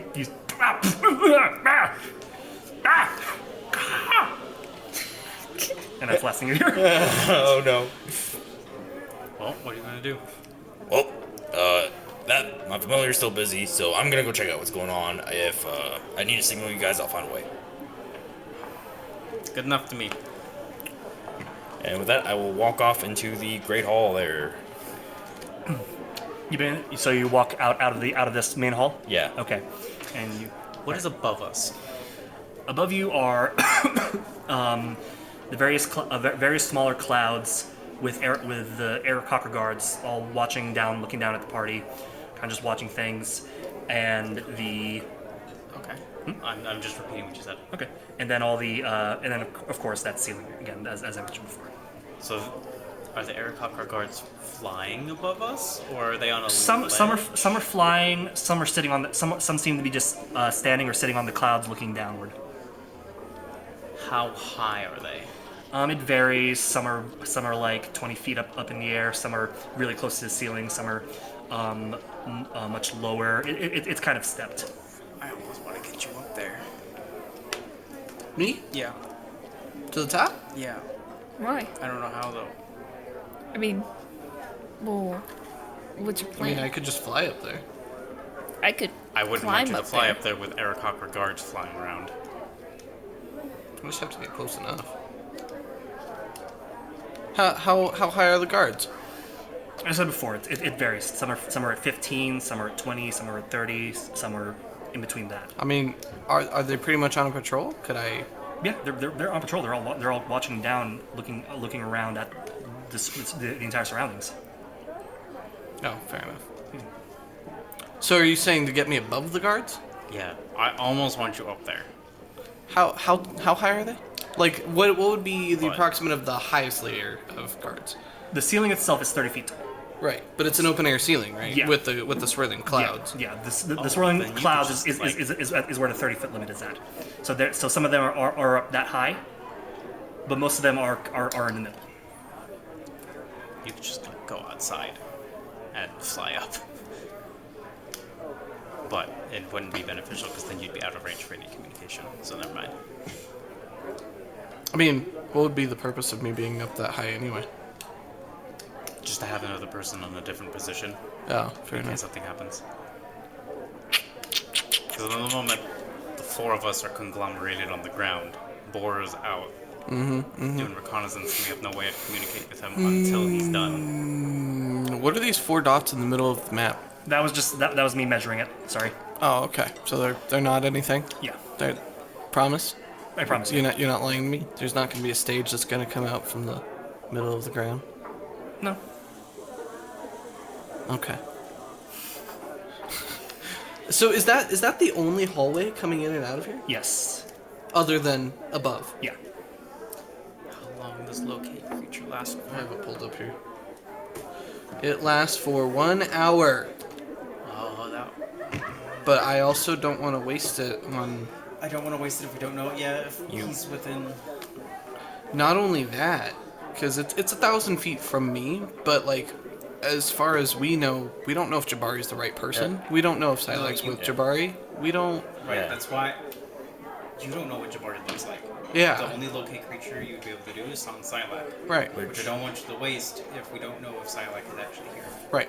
Which don't know if it's too many game for me to say it, but it might be more efficient to see if Sylack shows up and if Sylack's even in the performance. If he is, don't do anything tonight. Just tail them after the party to a less guarded location, Listen. and then hone in on them with the fine person. Listen, I know that. I know that would be the more efficient way to do it. Yeah. But Novell doesn't want to wait. Novell is impatient. Oh, yeah. No, I just will magic carpet to wait above and wait for explosions. Yeah, exactly. Nulmagus is also not going to wait. Yeah. If he sees 2 and 2 put together, Yeah. and they're right there, as far as he's concerned, the most efficient way to get to them is Grab them, fly out. now. Yeah. And he's also banking on his authority is going to stall the crowd long enough to not have them, Yeah. stop him, Gotcha. regardless if they know who Idle is or not. So, Okay, so down this main hall, where are these servants coming out? Because if is there like doors that branch off? Is it like, or is it literally just a giant hall that they're all? Alright, sorry, I am gonna do a quick bit of retconning. Yeah, there are hallways to the sides of these big ass doors. That would make sense.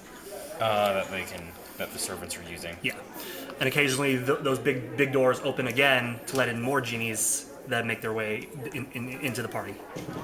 And the normal sized servants just go right Yes. Come in and out. That from the makes sides. more sense. Yeah. Okay. I think we just wait for Boar.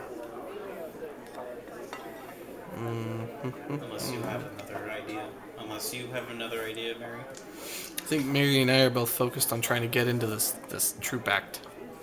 All right, so I guess we'll move on to Borf. there. Okay. Well, wait. So we haven't found a backstage. No. No, I'm wandering into the servants areas to see if there's anything that could be considered like a backstage or something like it right now. Okay, so you specifically tried to get. Okay, yeah, because you disguised yourself. And you went, okay. Yeah, I'm disguised as a servant walking around the servants areas. All right, so as you walk Correct. around here, following the pathway of the servants, you eventually find yourself walking downward, and it's been very chill and cold in this area.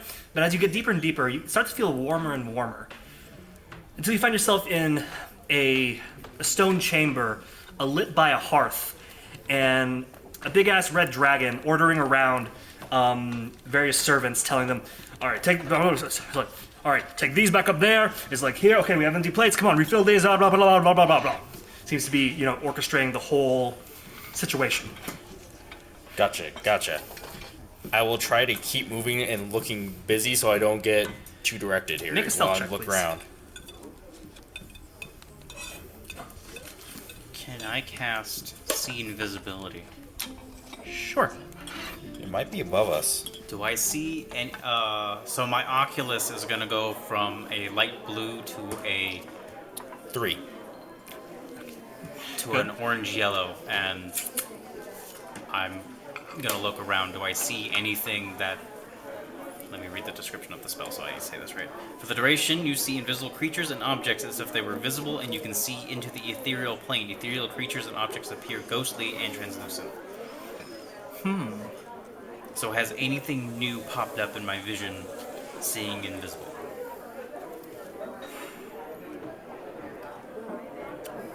I'm gonna have to say no. Okay. Yeah. Do I see any ethereal creatures or objects? You can see that some of the various genies around, items that they weren't wearing suddenly do show up, but they're mostly like kind of obscure-looking baubles. Some look vaguely weaponish, like a sword or something along those lines, but nothing stands out. Okay, but are those in? Oh the wait, invisible creatures. Object? Oh, Well, no. Okay. there are objects. There are Let's go objects. back. Yeah, but Let's go back. Yeah. Do I see anything new that would be an invisible creature or object? Just the objects, which would be all the various items that show up, and nothing like that stands out. Okay. Cool. Yeah. Do I see anything ethereal? Ethereal, no. No. Okay. Okay, Boar. The red dragon sees you. Says, "What plate is that for?" Oh, this was for the buffet line on the left side. Learn your places, people. That one's crumb. He takes a big. You see a big clawed, scaly clawed finger come at you. Swipe at the tray. He tastes it. That's bread. Do we have bread? And then immediately a basket of bread is brought to you. They bring you forward and they start putting in the bread. So all right, get that back up. Get that back up, please. Will do. All right. And you immediately just go. As I'm walking around back here, do I see anything unusual? Anything specific you're trying to find? Anything that looks like it might be housing performers, anything that looks like it might actually have some other purpose, any sort of like rooms full of guards, anything. Nope. This seems like a hearth, a kitchen being run by a red dragon. It's just the hallway lead. Which hallway did it take? Oh well, it would in this case it would kind of like a horseshoe. So it comes down. It comes down into the hearth, and then there's an exit way that you can see servants with full trays of food coming back up.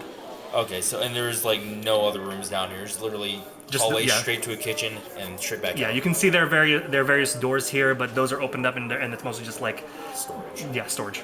Okay. Then I will make my way back out with the tray and make my way back to these dudes. Okay, you guys see a servant come by with a tray full of bread and just plop it down, right onto the thing. Novell, Okay. did we ever consider that they might be in there or up there? And I point towards the eye of the hurricane clouds. No, but I think I'm just gonna walk out the front door. Why? Well, hold up. As I'm setting the tray down, do you want to make a scene? Why would I want to make a scene?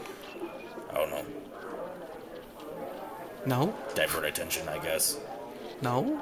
Okay. There's nothing in the back there. It's just a kitchen. Good to know. I think I'm just gonna walk out the front door. The chef's pretty talented. You could tell this tray had bread on it just by wiping his finger on it. That's pretty talented. She's also a dragon. Interesting. I'm gonna walk up to the door. You walk up to the door. It opens up, and you can see a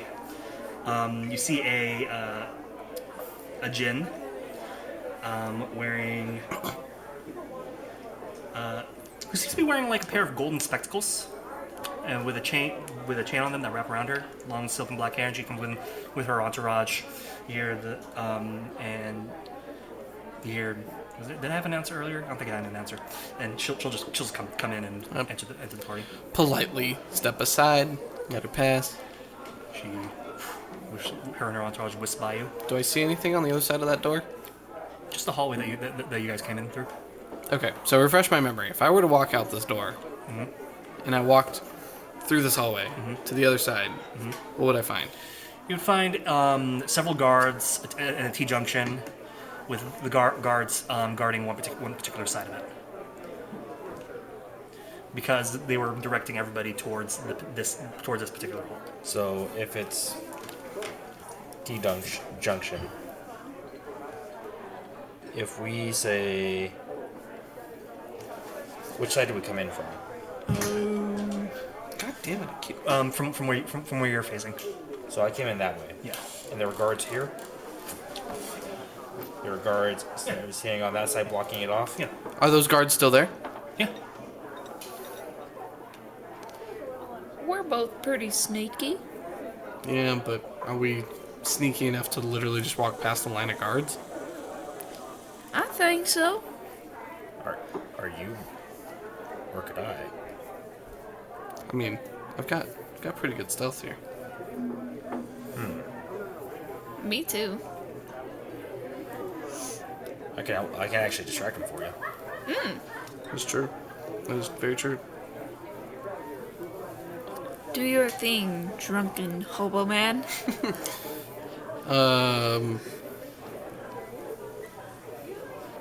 I guess I'll like signal for you guys to come over, I suppose. Yep, I'll come over there. I'll still be carrying a tray of bread. Me too. Wait, I'm not carrying a tray of bread, but I will go over there.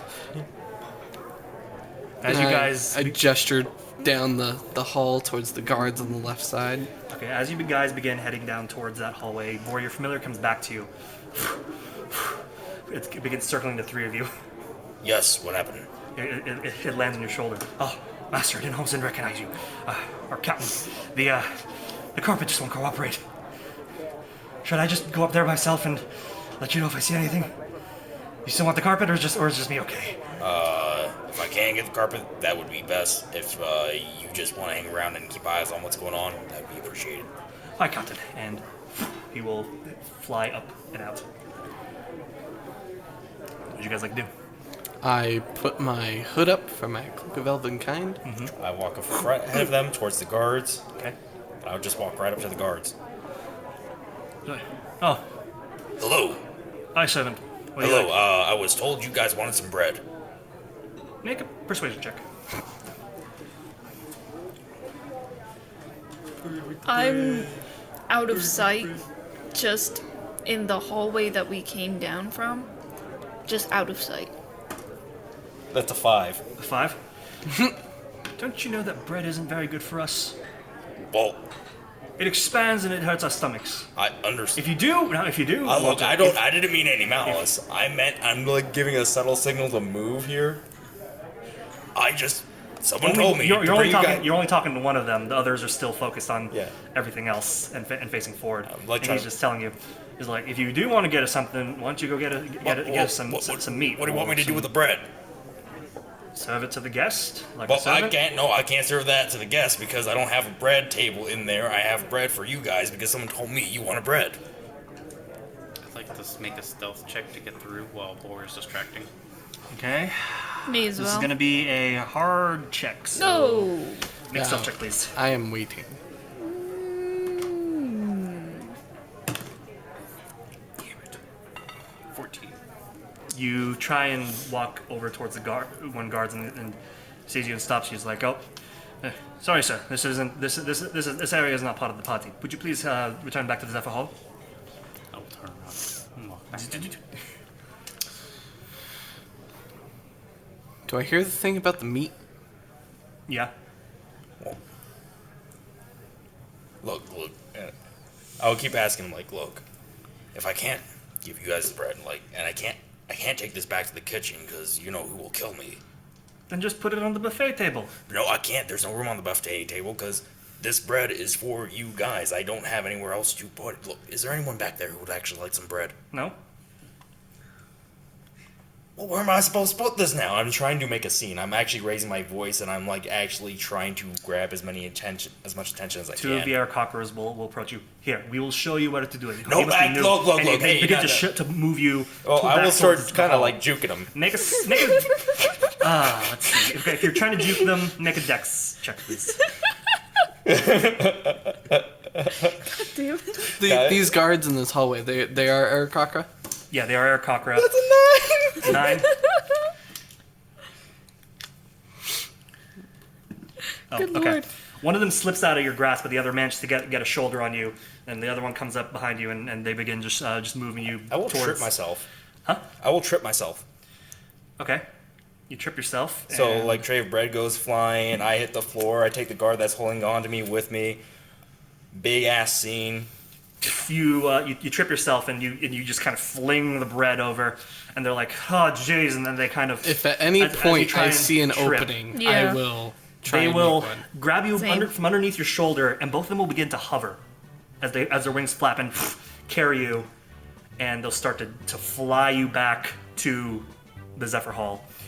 Yeah, I guess that's as good as an opening as any if you want to try and make an attempt. Me too. Well, But there's still like 3 more guards they're still standing there.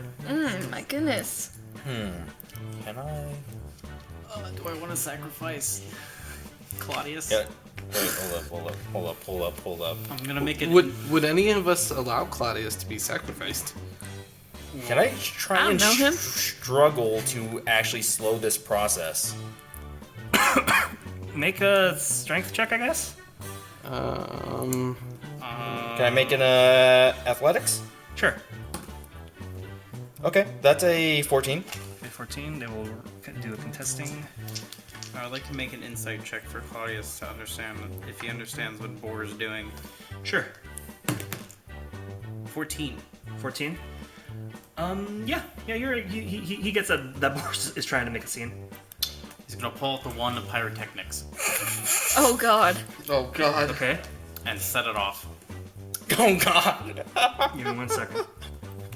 Actually, Wait, do I have to hold why it? am I concerned? Yeah. It's a wand. It's a magic item, so you have to like, you know.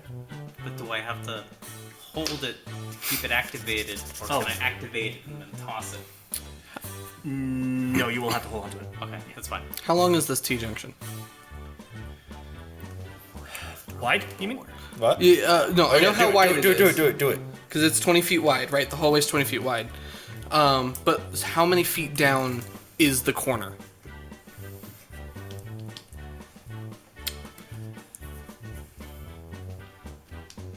$30 feet. Okay. Then is the hallway at the T-junction also 20 feet wide? Yeah. Okay. Yes. Do it. I know what I'm gonna do. Okay. Okay. Oh, Okay. go for it. Yeah, all the Okay. distraction we can get first. So Claudius is gonna pull out the wand of pyrotechnics. Okay. He's gonna toss it to Boar. Okay. Okay. Okay, that's a lot going on. Okay, you said you made an athletics check, right, to try and escape? Yeah. Okay. What was it again? 14. 14. You're kind of matching them. They're not moving anymore, but now they're kind of like Yeah. standing in That's what I'm place. trying to do. I'm just trying to make them stay still. Okay, so make a. Ah man, it's just like a. I think it's like this would be a dex check for you to try and like accurately throw it at the thrashing boar. Could do a regular range attack. Yeah, but it's a wand, so No, yeah, actually no proficiency bonus because improvised weapon technically. yeah, just roll a dex check for him to see if he tosses it appropriately at a boar. That doesn't make it, does it? It's a nat one. Okay, didn't make it. You try.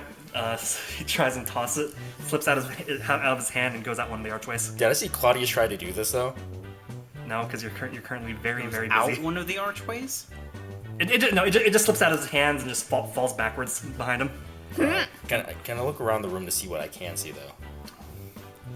It's a hallway. There are open Oh, I meant, arches like, and columns. People in here. People in here.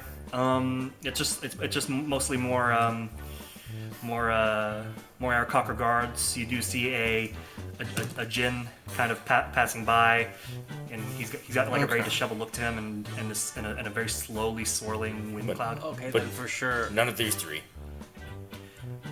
I don't. I guess- just gotta know so if I can do a thing or not. Yeah. Did you guys? So were you guys on the hallway when this is all happening?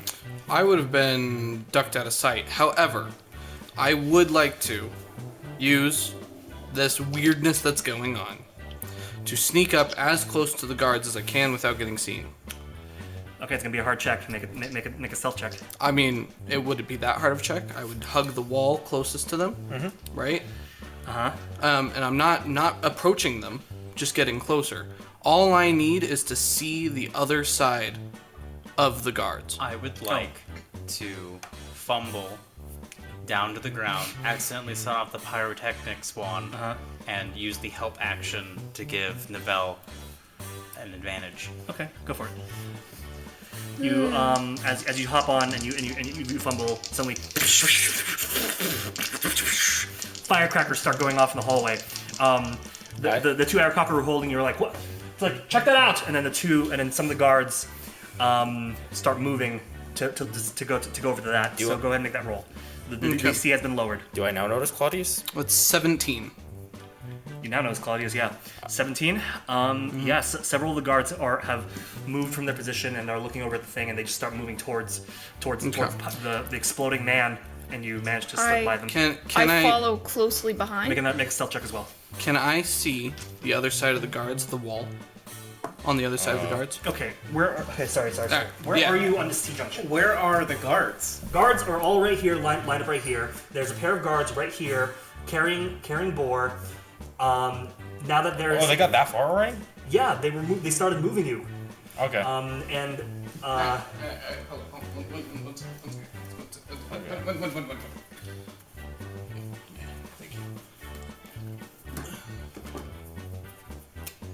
So it's 30 feet, right? Mm-hmm. So we go 1, 2, 3, 4, 5, 6, T. 1, 2, 3, 4, 5, 6, T. Okay. You said it was 20 feet wide.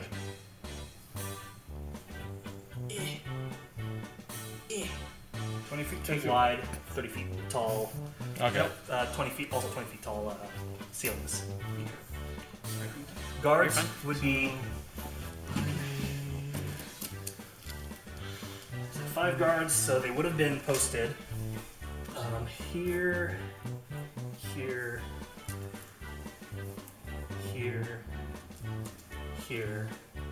and then one in the center, right here. Okay. The situation at hand now, 2 of them have begun carrying Boar back to the Zephyr Hall because they believe him to be a very confused servant.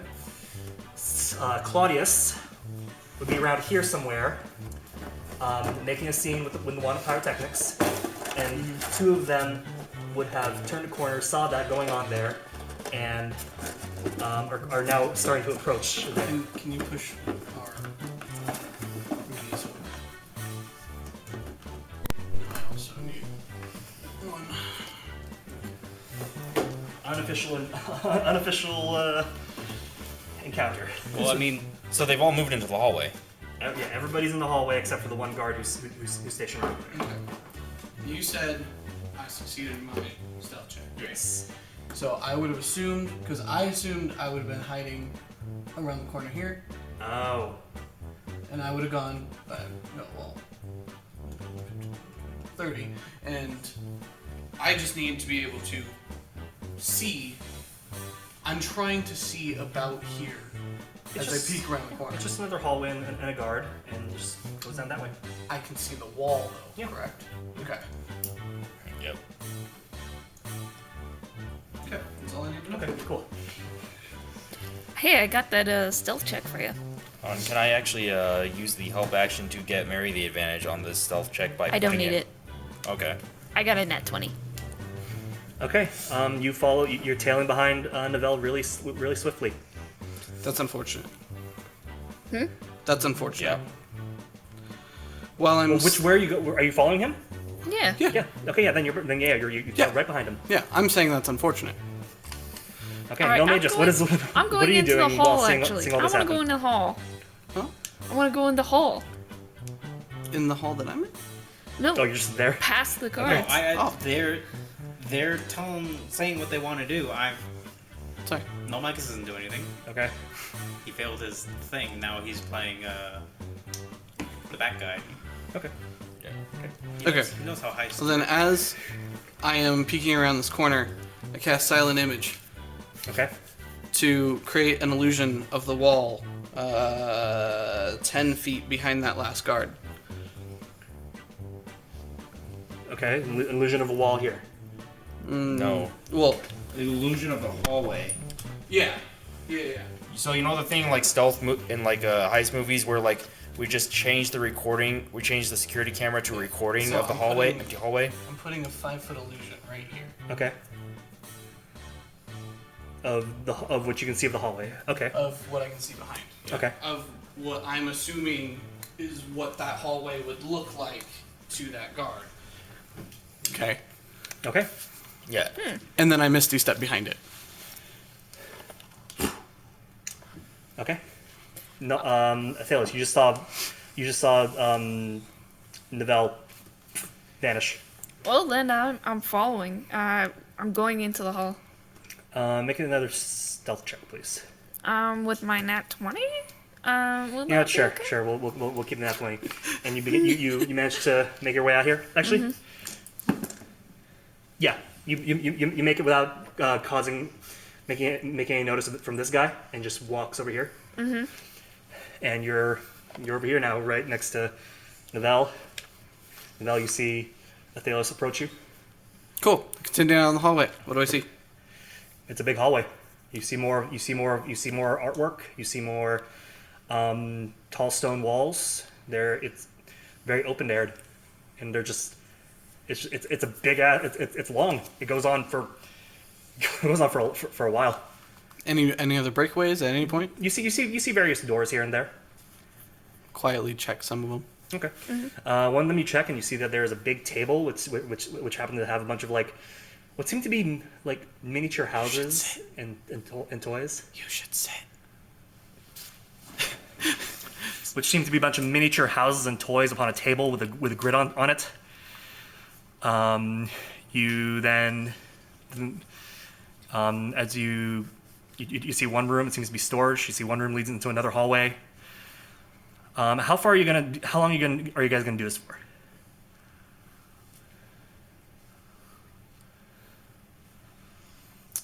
Depending on how desperate. Make he is, a general probably make an investigation check, both of you, if both of you are checking.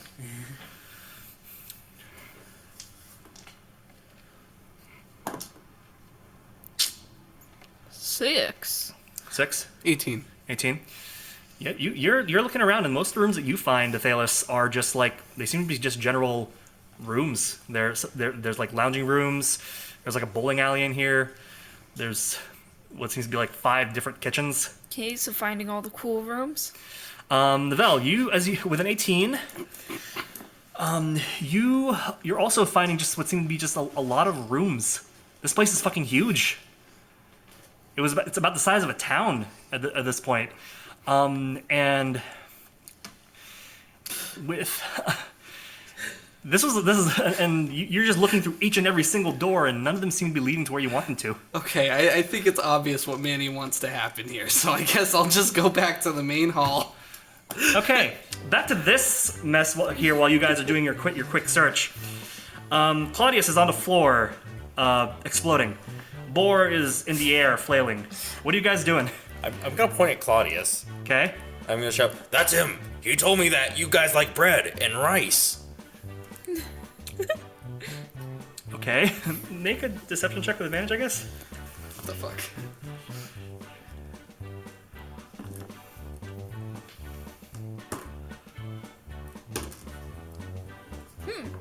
Dirty 20. 30-20. Oh wait, sorry, 18 on 18 on both somehow. Okay. Both the two holding you then point over at the other 2 guards. Grab him as well. We'll take them both down to the kitchen. And they head over to Claudius. Does he fight back at all, or? Nope. Okay. They scoop. If anything, he has another high-pitched yelp as he gets grabbed up. Yeah, he gets scooped up. The wand is still going off, and they're like, ah.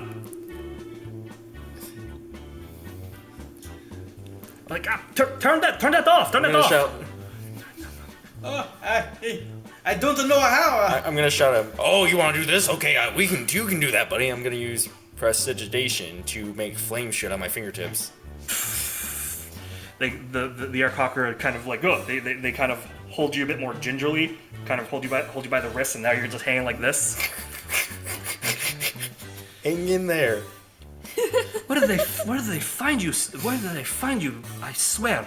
Oh, Feywild. That explains a lot. All right, let's take them. Take them to the kitchen. Come on. And they begin hovering, flying you guys over to the thing. You enter the door and you just Nulmagus, you see the sight of two individuals just kind of bright and colorful, and they lead you and you see them disappear down underneath. The four guards bring you down into the cellar. Claudius, you for the first time in your meager human life, you now see a big ass red dragon in front of you. By a hearth fire. Both of you are still exploding. The two of them drop you on the ground. They look to the red dragon. Richter, one of them I think is yours. I don't know who the other one is, but he was exploding. You deal with fire. Please, take care of this. And they go back and fly out. The red dragon looms over both of you. Claudius pees a little bit. Oh no. Does he let go? Does he stop the wand, or is it still exploding? He stops the wand. It fizzles as he looks up at the looming red dragon,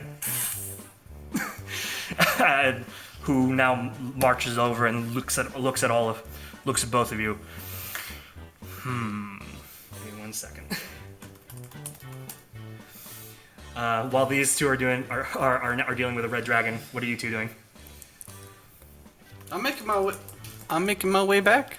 Okay. Yep. Like I said, it is obvious what you want to happen here, so I'm just gonna stop trying to break things and let things happen. Why were the guards on an empty hallway?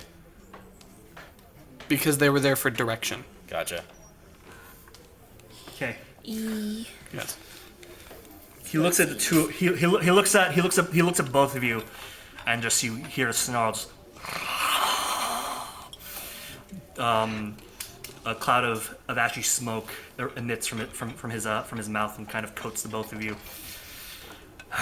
Did you bring that tray of bread back to the table?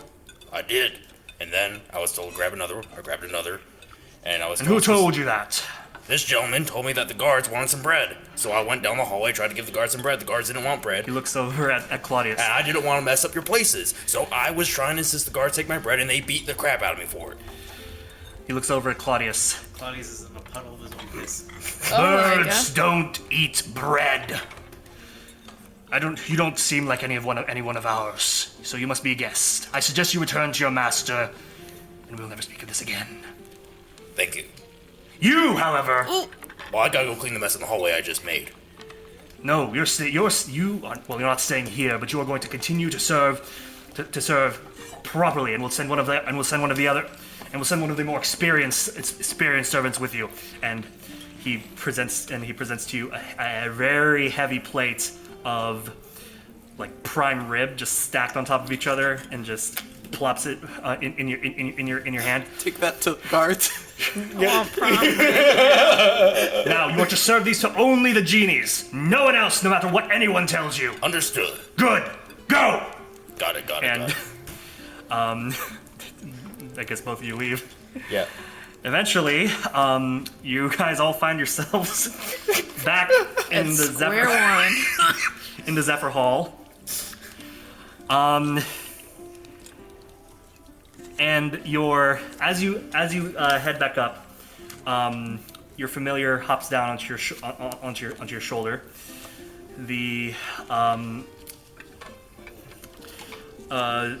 You can see that the servant who's assigned to watch over you is kind of just like looking at you, but doesn't seem to pay mind to the bird. He's just kind of like Okay. But he's still keep an eye on you. Your familiar leans in and I want says... to try and actually... Oh, yeah, what's he say? He leans in and says, Captain, something is approaching overhead. Okay, hold up. Get off! Yeah, this meat is for the... And he flies away. No, and like... Oh, and I'm gonna start acting like I'm tumbling with the bread. With the meat. It's like a big, like Brazilian steakhouse thing. Oh yeah, I'm gonna definitely start like... I'm like, hey, help me out with this. Help me out with this. And then the guy goes over to you, but kind of fucking like Patrick Swayze ghosts you. Just puts a hand on your wrist and on both your hands. Just Cool. kind of And like, then I'll let him go and leave him with it while I walk off. Make a stealth. Make a stealth check. You should just return back to boar's form as you start to walk away. Yeah, no, that's the thing, is dart away, slip off into the crowd, and just turn back into regular boar. That's a 7. 7. You as you try and slip away, says, no. Here, you take the knife. You. Oh, yeah, you go. Okay, hold up. I said on. No, the he's floor. still holding on to you. It's like you take the knife and then you slice off the thing. He's Patrick Swayze ghosting you right now, just like behind you, just like this. And then you slice it off. You take the tongs. You present it to the person. It's like, okay, look, that person looks particularly hungry. Which go. one? Which one? He just points at one of the genies and you just shoves you. Wait, in what about direction. that one? Like you go, whoever you want No, to that go. one. Look at that one. Whoever you That one want looks to go, starving. just go, just go. Does he look? No, just tell you to move. Just go into the crowd and start serving. This is your out, Alex. Yeah. Gotcha. Yeah, okay, I start going off in the crowd. You go into the crowd and start serving. And I just set the thing down. I actually walk off into the crowd, turn back into boar, and Okay, yeah. leave it. Yeah. Works. As you guys are now all in this Zephyr Hall, all in the Zephyr Hall. Yeah. Except that I'm sorry. We're not being railroaded. I mean, I'm kind of... He's letting us do our dumb shit. It's true, that's We're true. not being railroaded. That's This true. is just how it goes. that's true.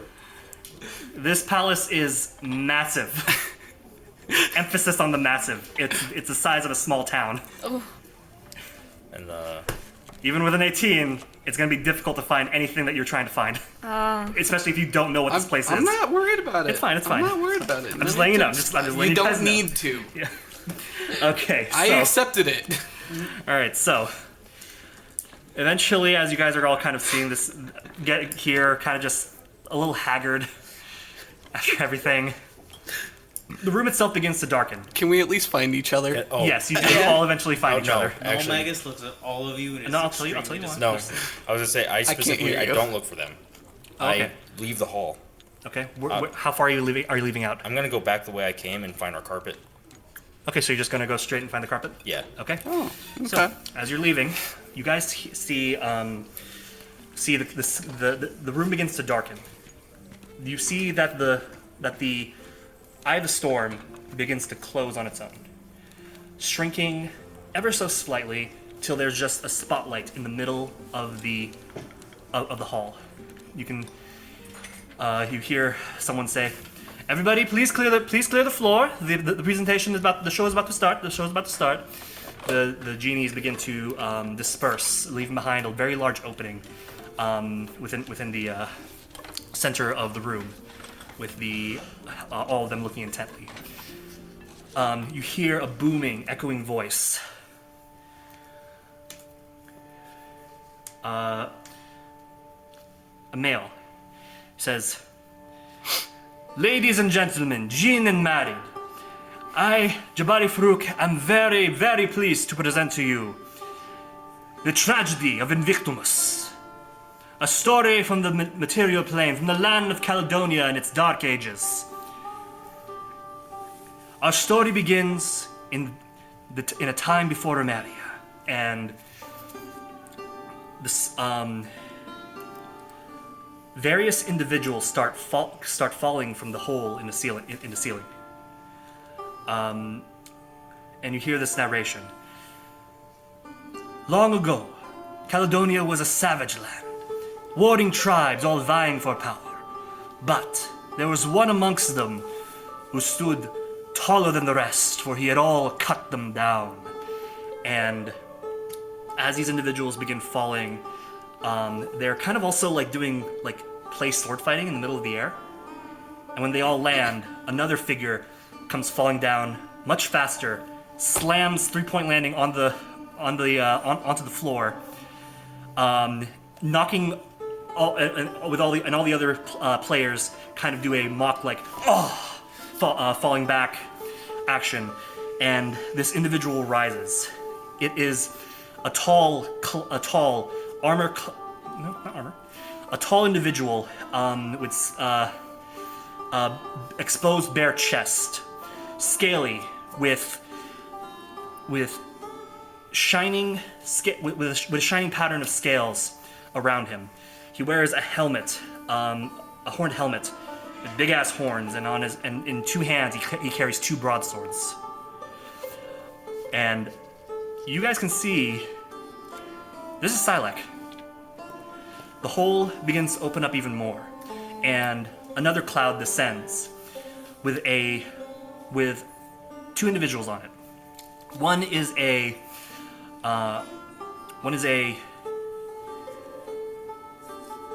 human male, dark skin, black hair, black goatee, dressed in similar chains and jewelry, and he seems to be narrating what's happening. And another individual you see with a big hat, who seems to be performing some kind of like magic. And you see another person who seems to be like a big owl person, also performing some kind of magic, as various images show up around this armor-clad figure.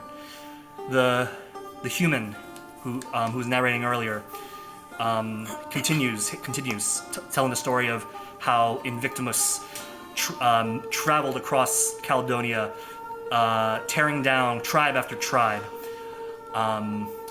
until he met his match against the Servantheria tribe, who fought back ferociously.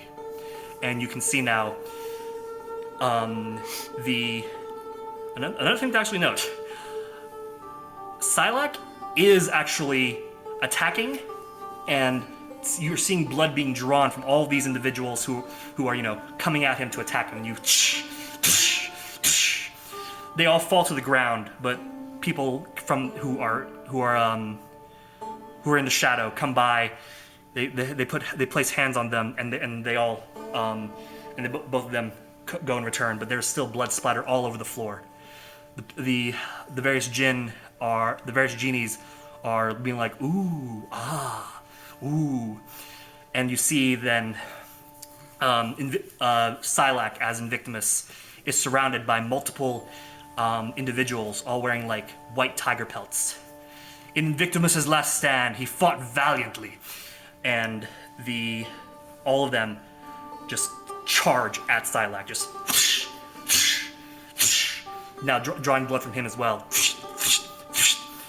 until Invictimus could stand no more, and you see Sylack now kneeling, swords in the ground, and eventually his tragedy came to an end. And you see all of them come by and just take spears and just stab him in the back, and Sylack just collapses on the floor. And then the spotlight closes, and you hear multiple claps and applause. Eventually, the lights come back on. You see Sylack is okay, but you can still see that he's still covered in blood. He seems to have been healed somewhat. All the troop around him are also healed but bloodied. And Jabari says, "And that is the tragedy of Invictimus." And then there's one final big applause as everybody gives a bow. And Jabari descends from his cloud and takes a bow as well. And they make their way into the crowd as he's like, "I'm glad you enjoyed the performance, everybody. Drinks all around. Enjoy the food. Sultana Amira, thank you for providing us with this entertainment and party." And they, as the cloud opens up again, you can see now it's lit up and the room lights up again.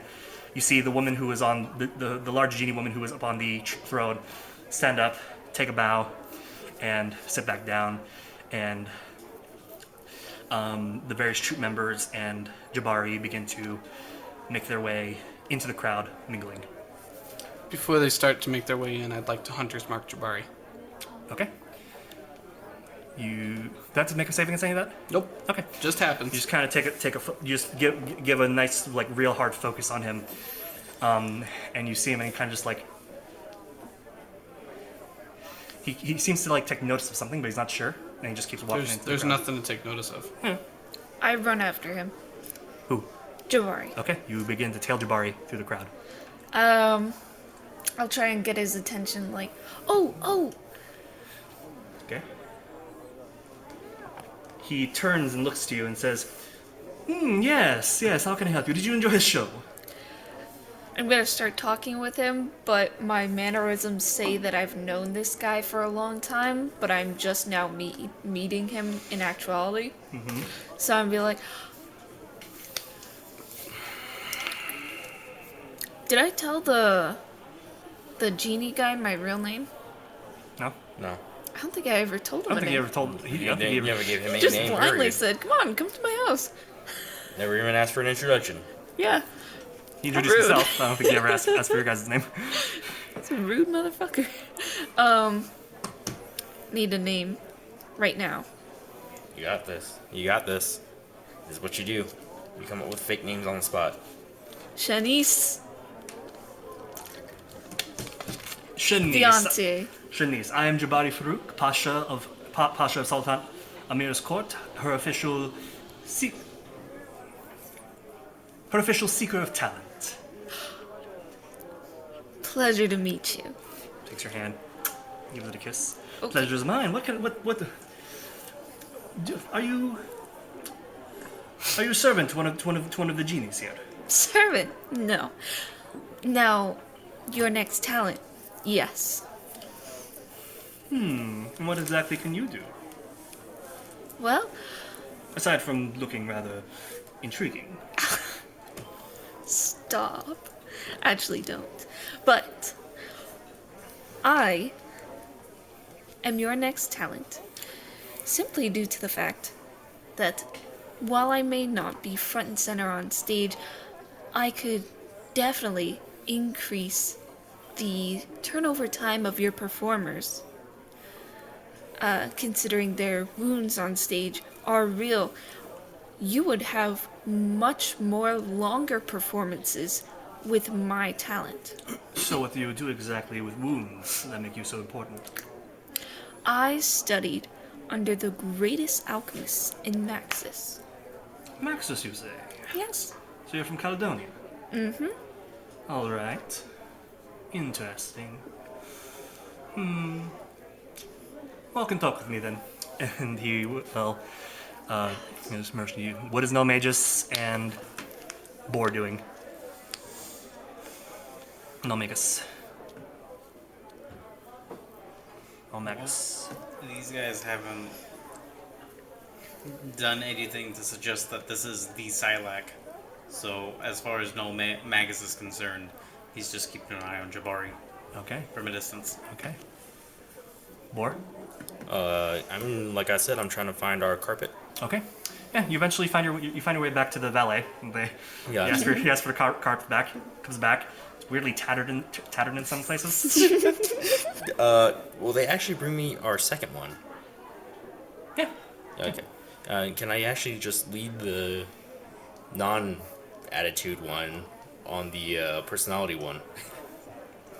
Yeah. You just say, can you hold it here for a bit, and they'll. Okay, sure. Oh no! As in, I try to actually fly off on ours, and I try to lead the second one with it. Yeah, you can do that. Okay, yeah. You kind of just really just wrap it up and just put it on your shoulder and just. Oh no! No! I write it off. Oh wait, yeah, I can carry it. Yeah, you can just carry it. It's I still can run. okay, I can. Yeah, okay. No, I didn't think about that. Okay, yeah, it's just a carpet. I can carry a carpet. Yeah, no. Can you though? Can you? I will just try and fly around. I will try and actually circle the open-topped area we were in. Well, try and like hug clouds and keep enough distance that Make a stealth check. I'm not really noticeable.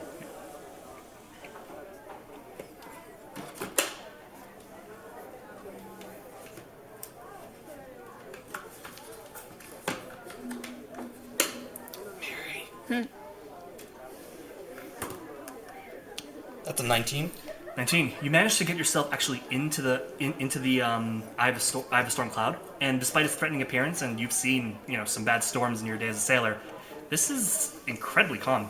Huh. It's obnoxiously calm, and you just kind of like get into it a little bit that you're just like you're in it, but not too much. So how high am I actually over the area here? About 30 feet, yeah. Oh, cool. Then I will actually send my familiar down to tell Nivelle that I'm flying overhead. I have the carpets. You send your familiar down to Nivelle. Nivelle, you see the familiar visage of Boar's familiar hop into your shoulder, peck you in the face, and then point up. I'll look up, I guess. And then it looks at you and nods, and then flies back up. So, are you doing anything in particular, Nivelle? We're discussing right now. It's nothing. So, you're skulking in the clouds. You're keeping an eye on Jabari. You're also keeping an eye on Jabari. You're talking with Jabari. All right, Jabari brings you over to the bar. Orders 2 drinks for each of you. So, you say you've trained with alchemist. Does that mean you're a healer of sorts? Healer? I can fill many roles. Interesting. And you say that he gives a wink. He gives stop. And he says, "All right. Considering what you were saying about helping with the live combat, yes, we have several healers on hand, and they are all useful. So I would like to test your mettle, Sylack, and boy, come!" And Sylack, within the crowd, immediately kind of darts towards Jabari and says, "This here is my newest star. Found him about a week ago in a backwater town somewhere. Sylack, say hello to the lovely lady." Hello, lovely lady. Hello, Sylack. Wonderful. Now she wants a job, and we're going to use you real quick just so we can test her mettle. He takes out a dagger and stabs Sylack in the gut. Please heal him. No problem. And you see the. Can I see this? Yes, you see this, and immediately. These are the kind of wounds our performers are dealing with. You will have to please heal him. What tools do you have on hand to try and heal him? Let's see. Remind me, I have the snake honey in my inventory. What does that do? Enlarges. Yeah. Imagine.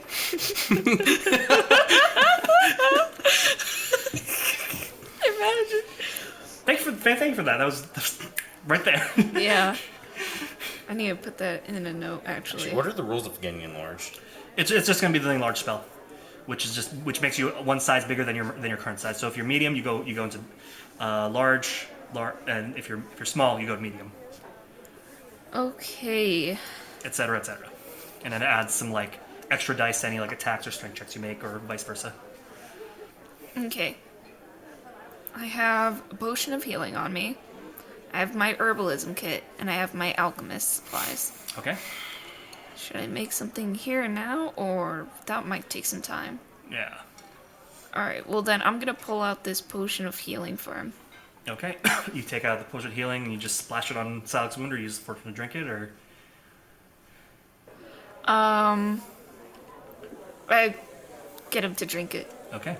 You immediately like get onto the Sylack and just shove the drinks in. And say, the classic healing potion. Very original. Well, not original. It's like tried but true. Okay. How often can you make those? You see that the wound in Sylack begins to heal up. Well, I make a nice batch every night. Every night? Okay, that's quite impressive. We do occasionally do back-to-back performances. Okay. So, Okay.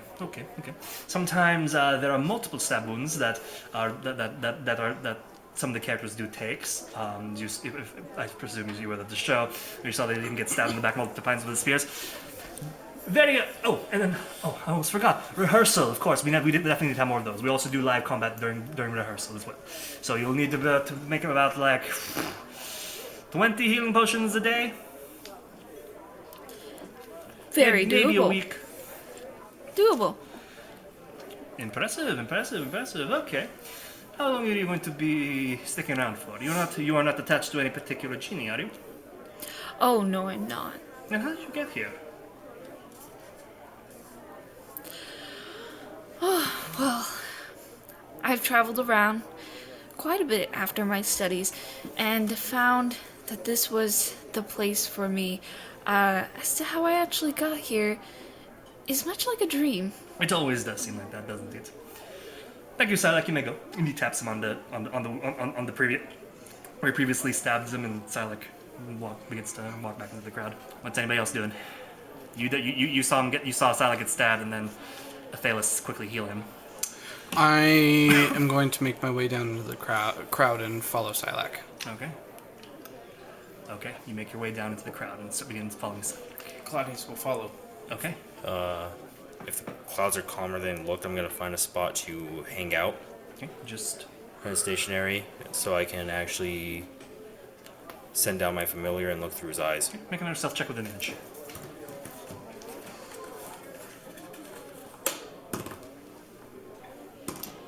$18. 18. Yeah, no, you usually find yourself in a corner around like one of the rounder corners of the room. You send down your familiar. Are you sending it to anybody particular?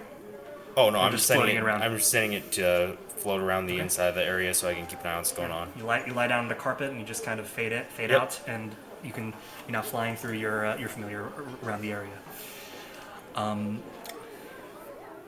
Nivelle and Claudius, you guys are beginning to approach Sylack, and eventually through the bobbing and weaving of the crowd, you eventually find him. Sylack. I'll let you take the reins if you want to. If you don't, then I'll just do it.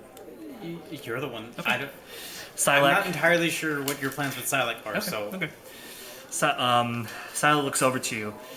You see, he normally has just kind of like a blank stare, but this one seems a little bit more sedated, even more so than usual. You can see there's a fresh scar right around where his gut is, and you can see that he's caked in dried blood. And he just turns around, looks at you. He's acknowledging you. Doesn't say anything though. Sylack, what's going on? Why are you here? Why did you leave? I'm making assumptions that he would recognize me.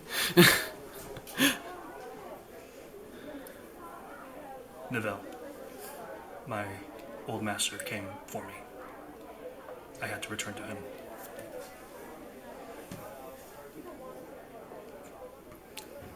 Sylack, that's fucking stupid.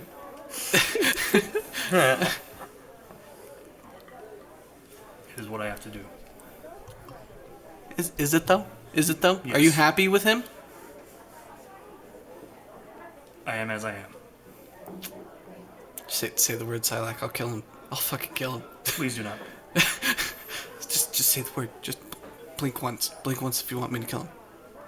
He just stares. Don't blink at all if you want me to kill him. He licks his eyeball and then blinks. That sounds about right. Please do not hurt him, Nivelle. He is very powerful. And has powerful friends. Obviously, this is not like. This is not the Sylack that we know and love. This is.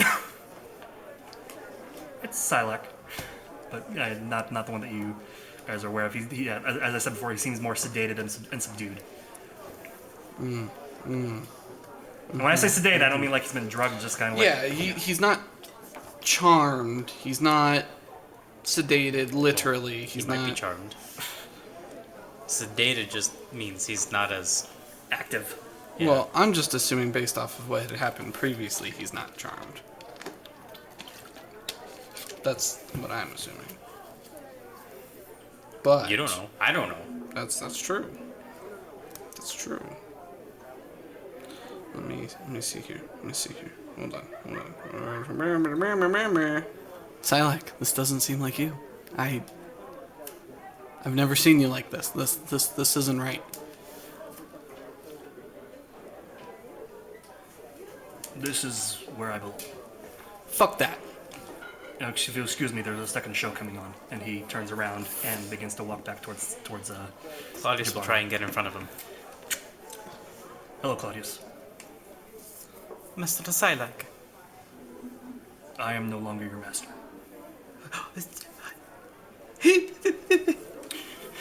Tears come down his eyes. And he will just walk around Claudius. So, as he's doing that, I will pull out my. No, hold on. I don't want to do that. I don't want to do that.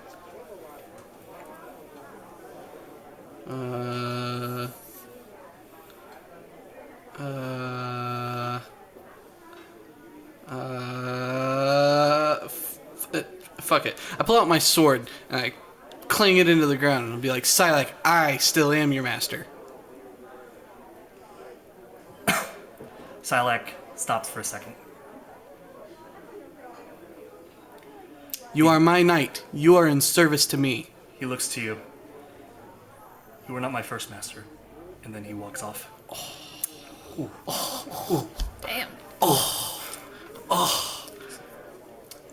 You see, as you and Jabari are talking some more, Sylack returns and says, Master Jabari, the second show. And Jabari goes, of course. Well, seems like you might have a chance to test your talents again after all. We're going to have a second performance. I'd like you to be around the area to administer aid to our lovely side, to our beloved Sylack. Now come. He gets up onto you can see that several of the genies begin to clear some space again, opening up a much larger hole in the area. The room doesn't turn dark again, but he does. Jabbar gets onto a cloud and raises up again, calling to attention to all the genies in the room. He's like, Marids and Jinn, once again we have another performance from the Jabari and Friends troupe. We have our shining star of Alhawa, Sylack.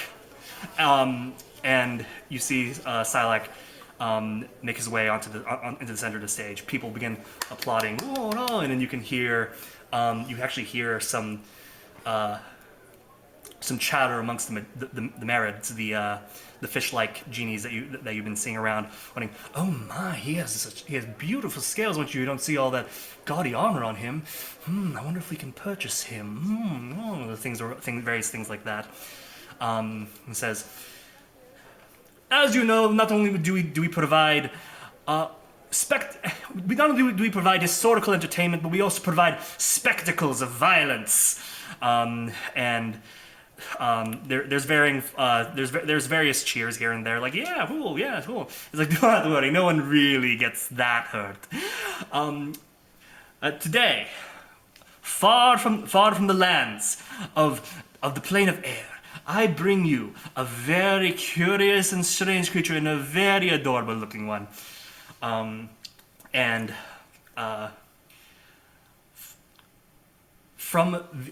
this time, the main gate was closed off, but now it opens up again, and the crowd looks over in awe, like whoa, and you see what looks like a winged. Well, almost looks like a winged dragon creature until it lifts up its long neck, and you see what looks like the face of a cat with long ears. It goes,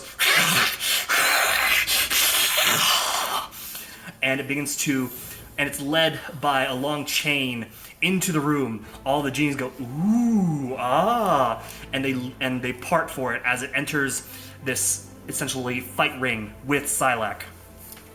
Today, the Star of Alhawa will be fighting a lion drake. Bets now, please. I'm kidding. But I know you cloud giants, you like to bet. And the circle closes.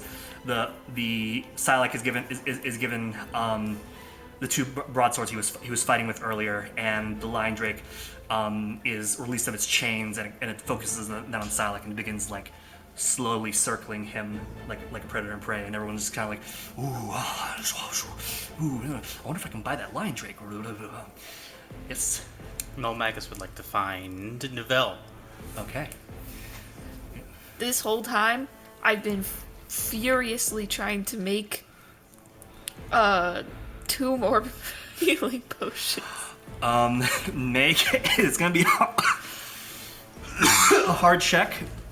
Use. I'm gonna tell you something. What equipment are you using again? You're using. You have a I have herbalism an kit? herbalism kit and an alchemist supplies. Okay, you're gonna use your alchemist supplies. Make a medicine check, please, and then add your proficiency again to it. What's that, baby? Oh, I was gonna tell you, we're gonna need those healing potions, but it'll be easier to get him on the magic carpet if he's dead. All right. Okay. So, Nulmagus, Nivelle, you two find each other in the crowd. Come on, baby. Do it. Do it. No. Okay. This was 14. 14. You cobble together some kind of mush. You're not sure if it's gonna if it's healing or not. Okay. Okay. Wait, I think I've got something. Hold on. Let me tell you guys. Nivelle and Nulmagus. You find each other in the crowd. Half-elf. What is the likelihood that you can contain the lizard? Contain? Define contain.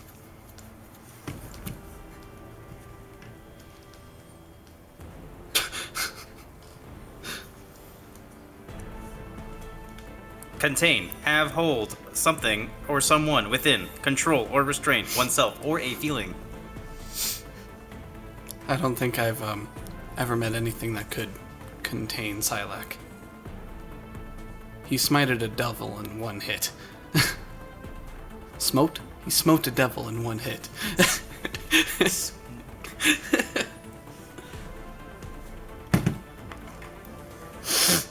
This is proving to be more difficult than I anticipated. Same. I can acquire Jabari easily. However, I cannot guarantee that I can also get the giant lizard. In order to make sure that you and your fellows make it to the material plane, we must be together, but I cannot guarantee that unless you can contain the lizard.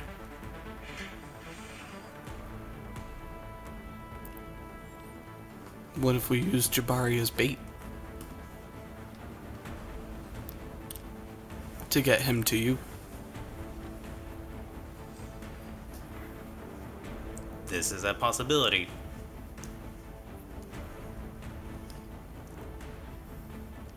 If I try to contain him now, would that be ideal for you and your compatriots? If you can take Jabari, and one of us can fly off with Jabari,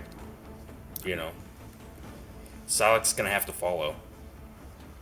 Well, my basic thought process is all we have to do is grab Jabari, threaten his life. Sylack will probably come and try and save Jabari, putting him in close enough range to That's what I'm saying. If teleport. one of us swoops down with the carpet, grabs Jabari, flies off, while he's contained, and the other one swoops in with the carpet and says, "We gotta follow." Sylack really doesn't get a choice. I'm thinking. And then we actually both have them in, basically we both have them trapped. I'm thinking that we're acting quicker than that, as in, seconds, no time to fly off, Gotcha. Because nobody just teleports, right? Back to I have a device Idle? that will let me teleport back to Idle, yes. Ah. Would it take all of us? It would take all of us, but only while we are within range. Right. That includes anyone else within range. Sure, but So we gotta be real careful about where we use it. Right. Because technically, Idle probably could handle a bunch of djinn and freaks of whatever this plane area is teleporting into their area, and guards trying to actively stab us as it happens. It probably wouldn't be pretty. No. And actually, it wouldn't be something you want to teleport back to Idle with. That might not be a concern. Okay. Bringing it to Idle is not the problem, but getting you guys out Yeah. is the problem. Yeah. And then this is kind of Nulmagus' way of saying, I can get Jabari out of here, and I can succeed in my mission, and you guys can deal with Sylack, but now you guys are left in the airplane, and it's going to crash and burn. Yeah. Don't call me Shirley. And what makes this specifically difficult, I feel, is the fact that we're so separated right now. Yeah. Like, we can't just be like, okay, here's the plan, this is what we're gonna do. I'll actually have my familiar fly down and hang out with Nivelle so I can at least hear what's going on. Fair. I have 1 potion of healing left. Ouch. Yeah. You know, I can very easily close a gap. Mary is not far away from Jabari, right? You know, because she was told to hang out on the sidelines. Getting to Jabari is not a problem. I'm thinking about us. Yeah. Where is Jabari just kind of chilling right now? Is he kind of off the side? Or? Jabari is floating above everybody on a cloud. Does that complicate things? About 15 feet in the air. No. Not really. After the show? 'Cause I can fly. I have methods of getting him down. Okay. What is the fly speed on this thing? On the carpet? Yeah. Should be... Because different sizes have different fly speeds. You have the biggest one. I have the biggest one? Yeah.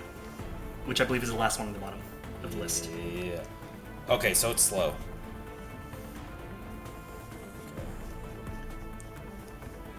Well.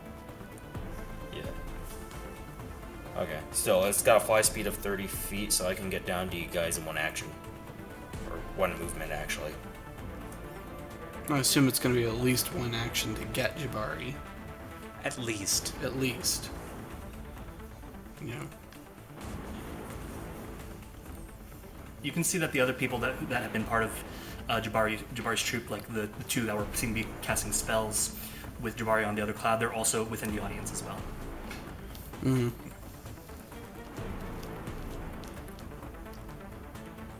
Hmm.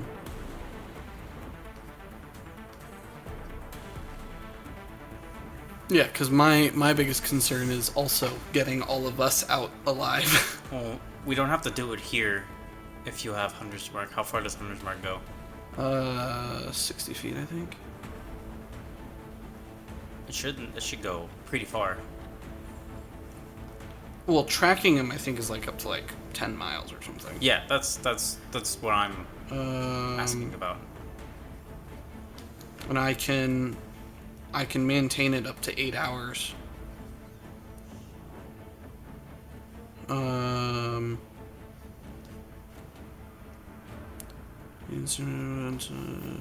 Yeah, they just have to be within range when I mark them, which they were. I have advantage on perception or survival checks to find the target. Yeah, so as long as we keep Jabari in view, nothing is an issue. And then I'll be able to track him fine. Maybe the more ideal situation is to let this play out, as harrowing as it is, And then until they leave. grab him at some point. We'll have to grab them, yeah. Yeah, this just might not be like we were saying earlier, this just might not be the place. It might be easier to just tell them after this. And I'm cool with that. For now, we need to wrap this up, though. Yeah. But I'm cool with that. Okay, so as you guys are kind of like get together, whispering, quietly whispering amongst yourselves and within the cheers of the audience, Sylack is fighting off the lion drake, slash, and is then picked up,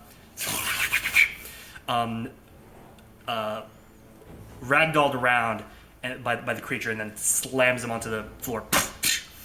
Everyone goes like, ooh, and then before the creature seems to make one final lunge, it suddenly is frozen in place. Multiple handlers come by, begin to like clasp various collars and chains onto its neck, and then hold it as it suddenly seems to unfreeze and starts trying to thrash around, but is quickly subdued by the various chains and the prodding spears, and it calms down, still feeling rather aggressive, and is pulled away out of the room. Jabari gently floats down to where you are, Athelas, and says, "All right, time to show your stuff." What do you do? I'm gonna use my last potion of healing on him. You run over. You see that that Sylack is just like pretty mangled up, just lying on the floor, and then unmoving. You pour the potion on down his gullet. He doesn't move. All right. Oh. And then he coughs back. Ah, you are fast. You do make quite a fast turnaround with your potions. All right. Come by my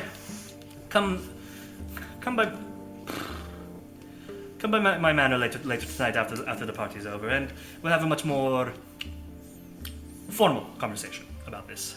Of course. But for now, enjoy the party. Sylack, come. And he just walks off as Sylack groggily gets up, covered in a fuck ton of blood and scars, looks at you, gives a bow, and then just walks off following Jabari.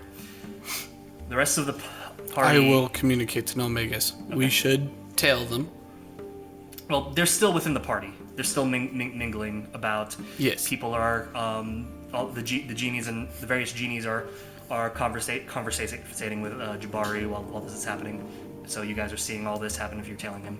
Are you guys gonna do anything else? I'm going to communicate that I'm going to tail him, that we should tail them, grab them at a far more opportune time, and then with that, I throw my hood on and I literally just watch both of them the entire night. Okay. So the two of you wallflower it, kind of just staying out of things. Jabari walks around schmoozing with people, showing off Sylack.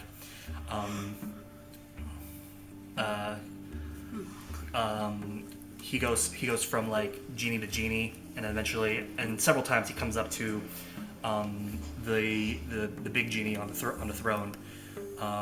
Both of them give a deep bow. Words are presumably exchanged, and then they leave. And over the course of the rest, and as the light in the chamber begins to darken, as the sky itself turns from blue sky to dark night, slowly but surely, the genies make their way out. The other various genies, the Marids, all seem to do something that allows them to kind of just vanish into thin air. But the Jinn themselves leave normally, or they fly out, but they don't just vanish. As the crowd gets thinner, Jabari tries to find you, Athelas. Mm-hmm. Says, "All right, me and my troop are returning to my manor. Do you wish to come?" Of course. Wonderful. We'll get our carpet around. And come. And you guys see Athelas walk off with Jabari, Sylack, and a good chunk of his troop. You all quietly follow, get onto your own carpets, and begin tailing them into the darkness of Alhawa. And from there, we'll pick up in the next session.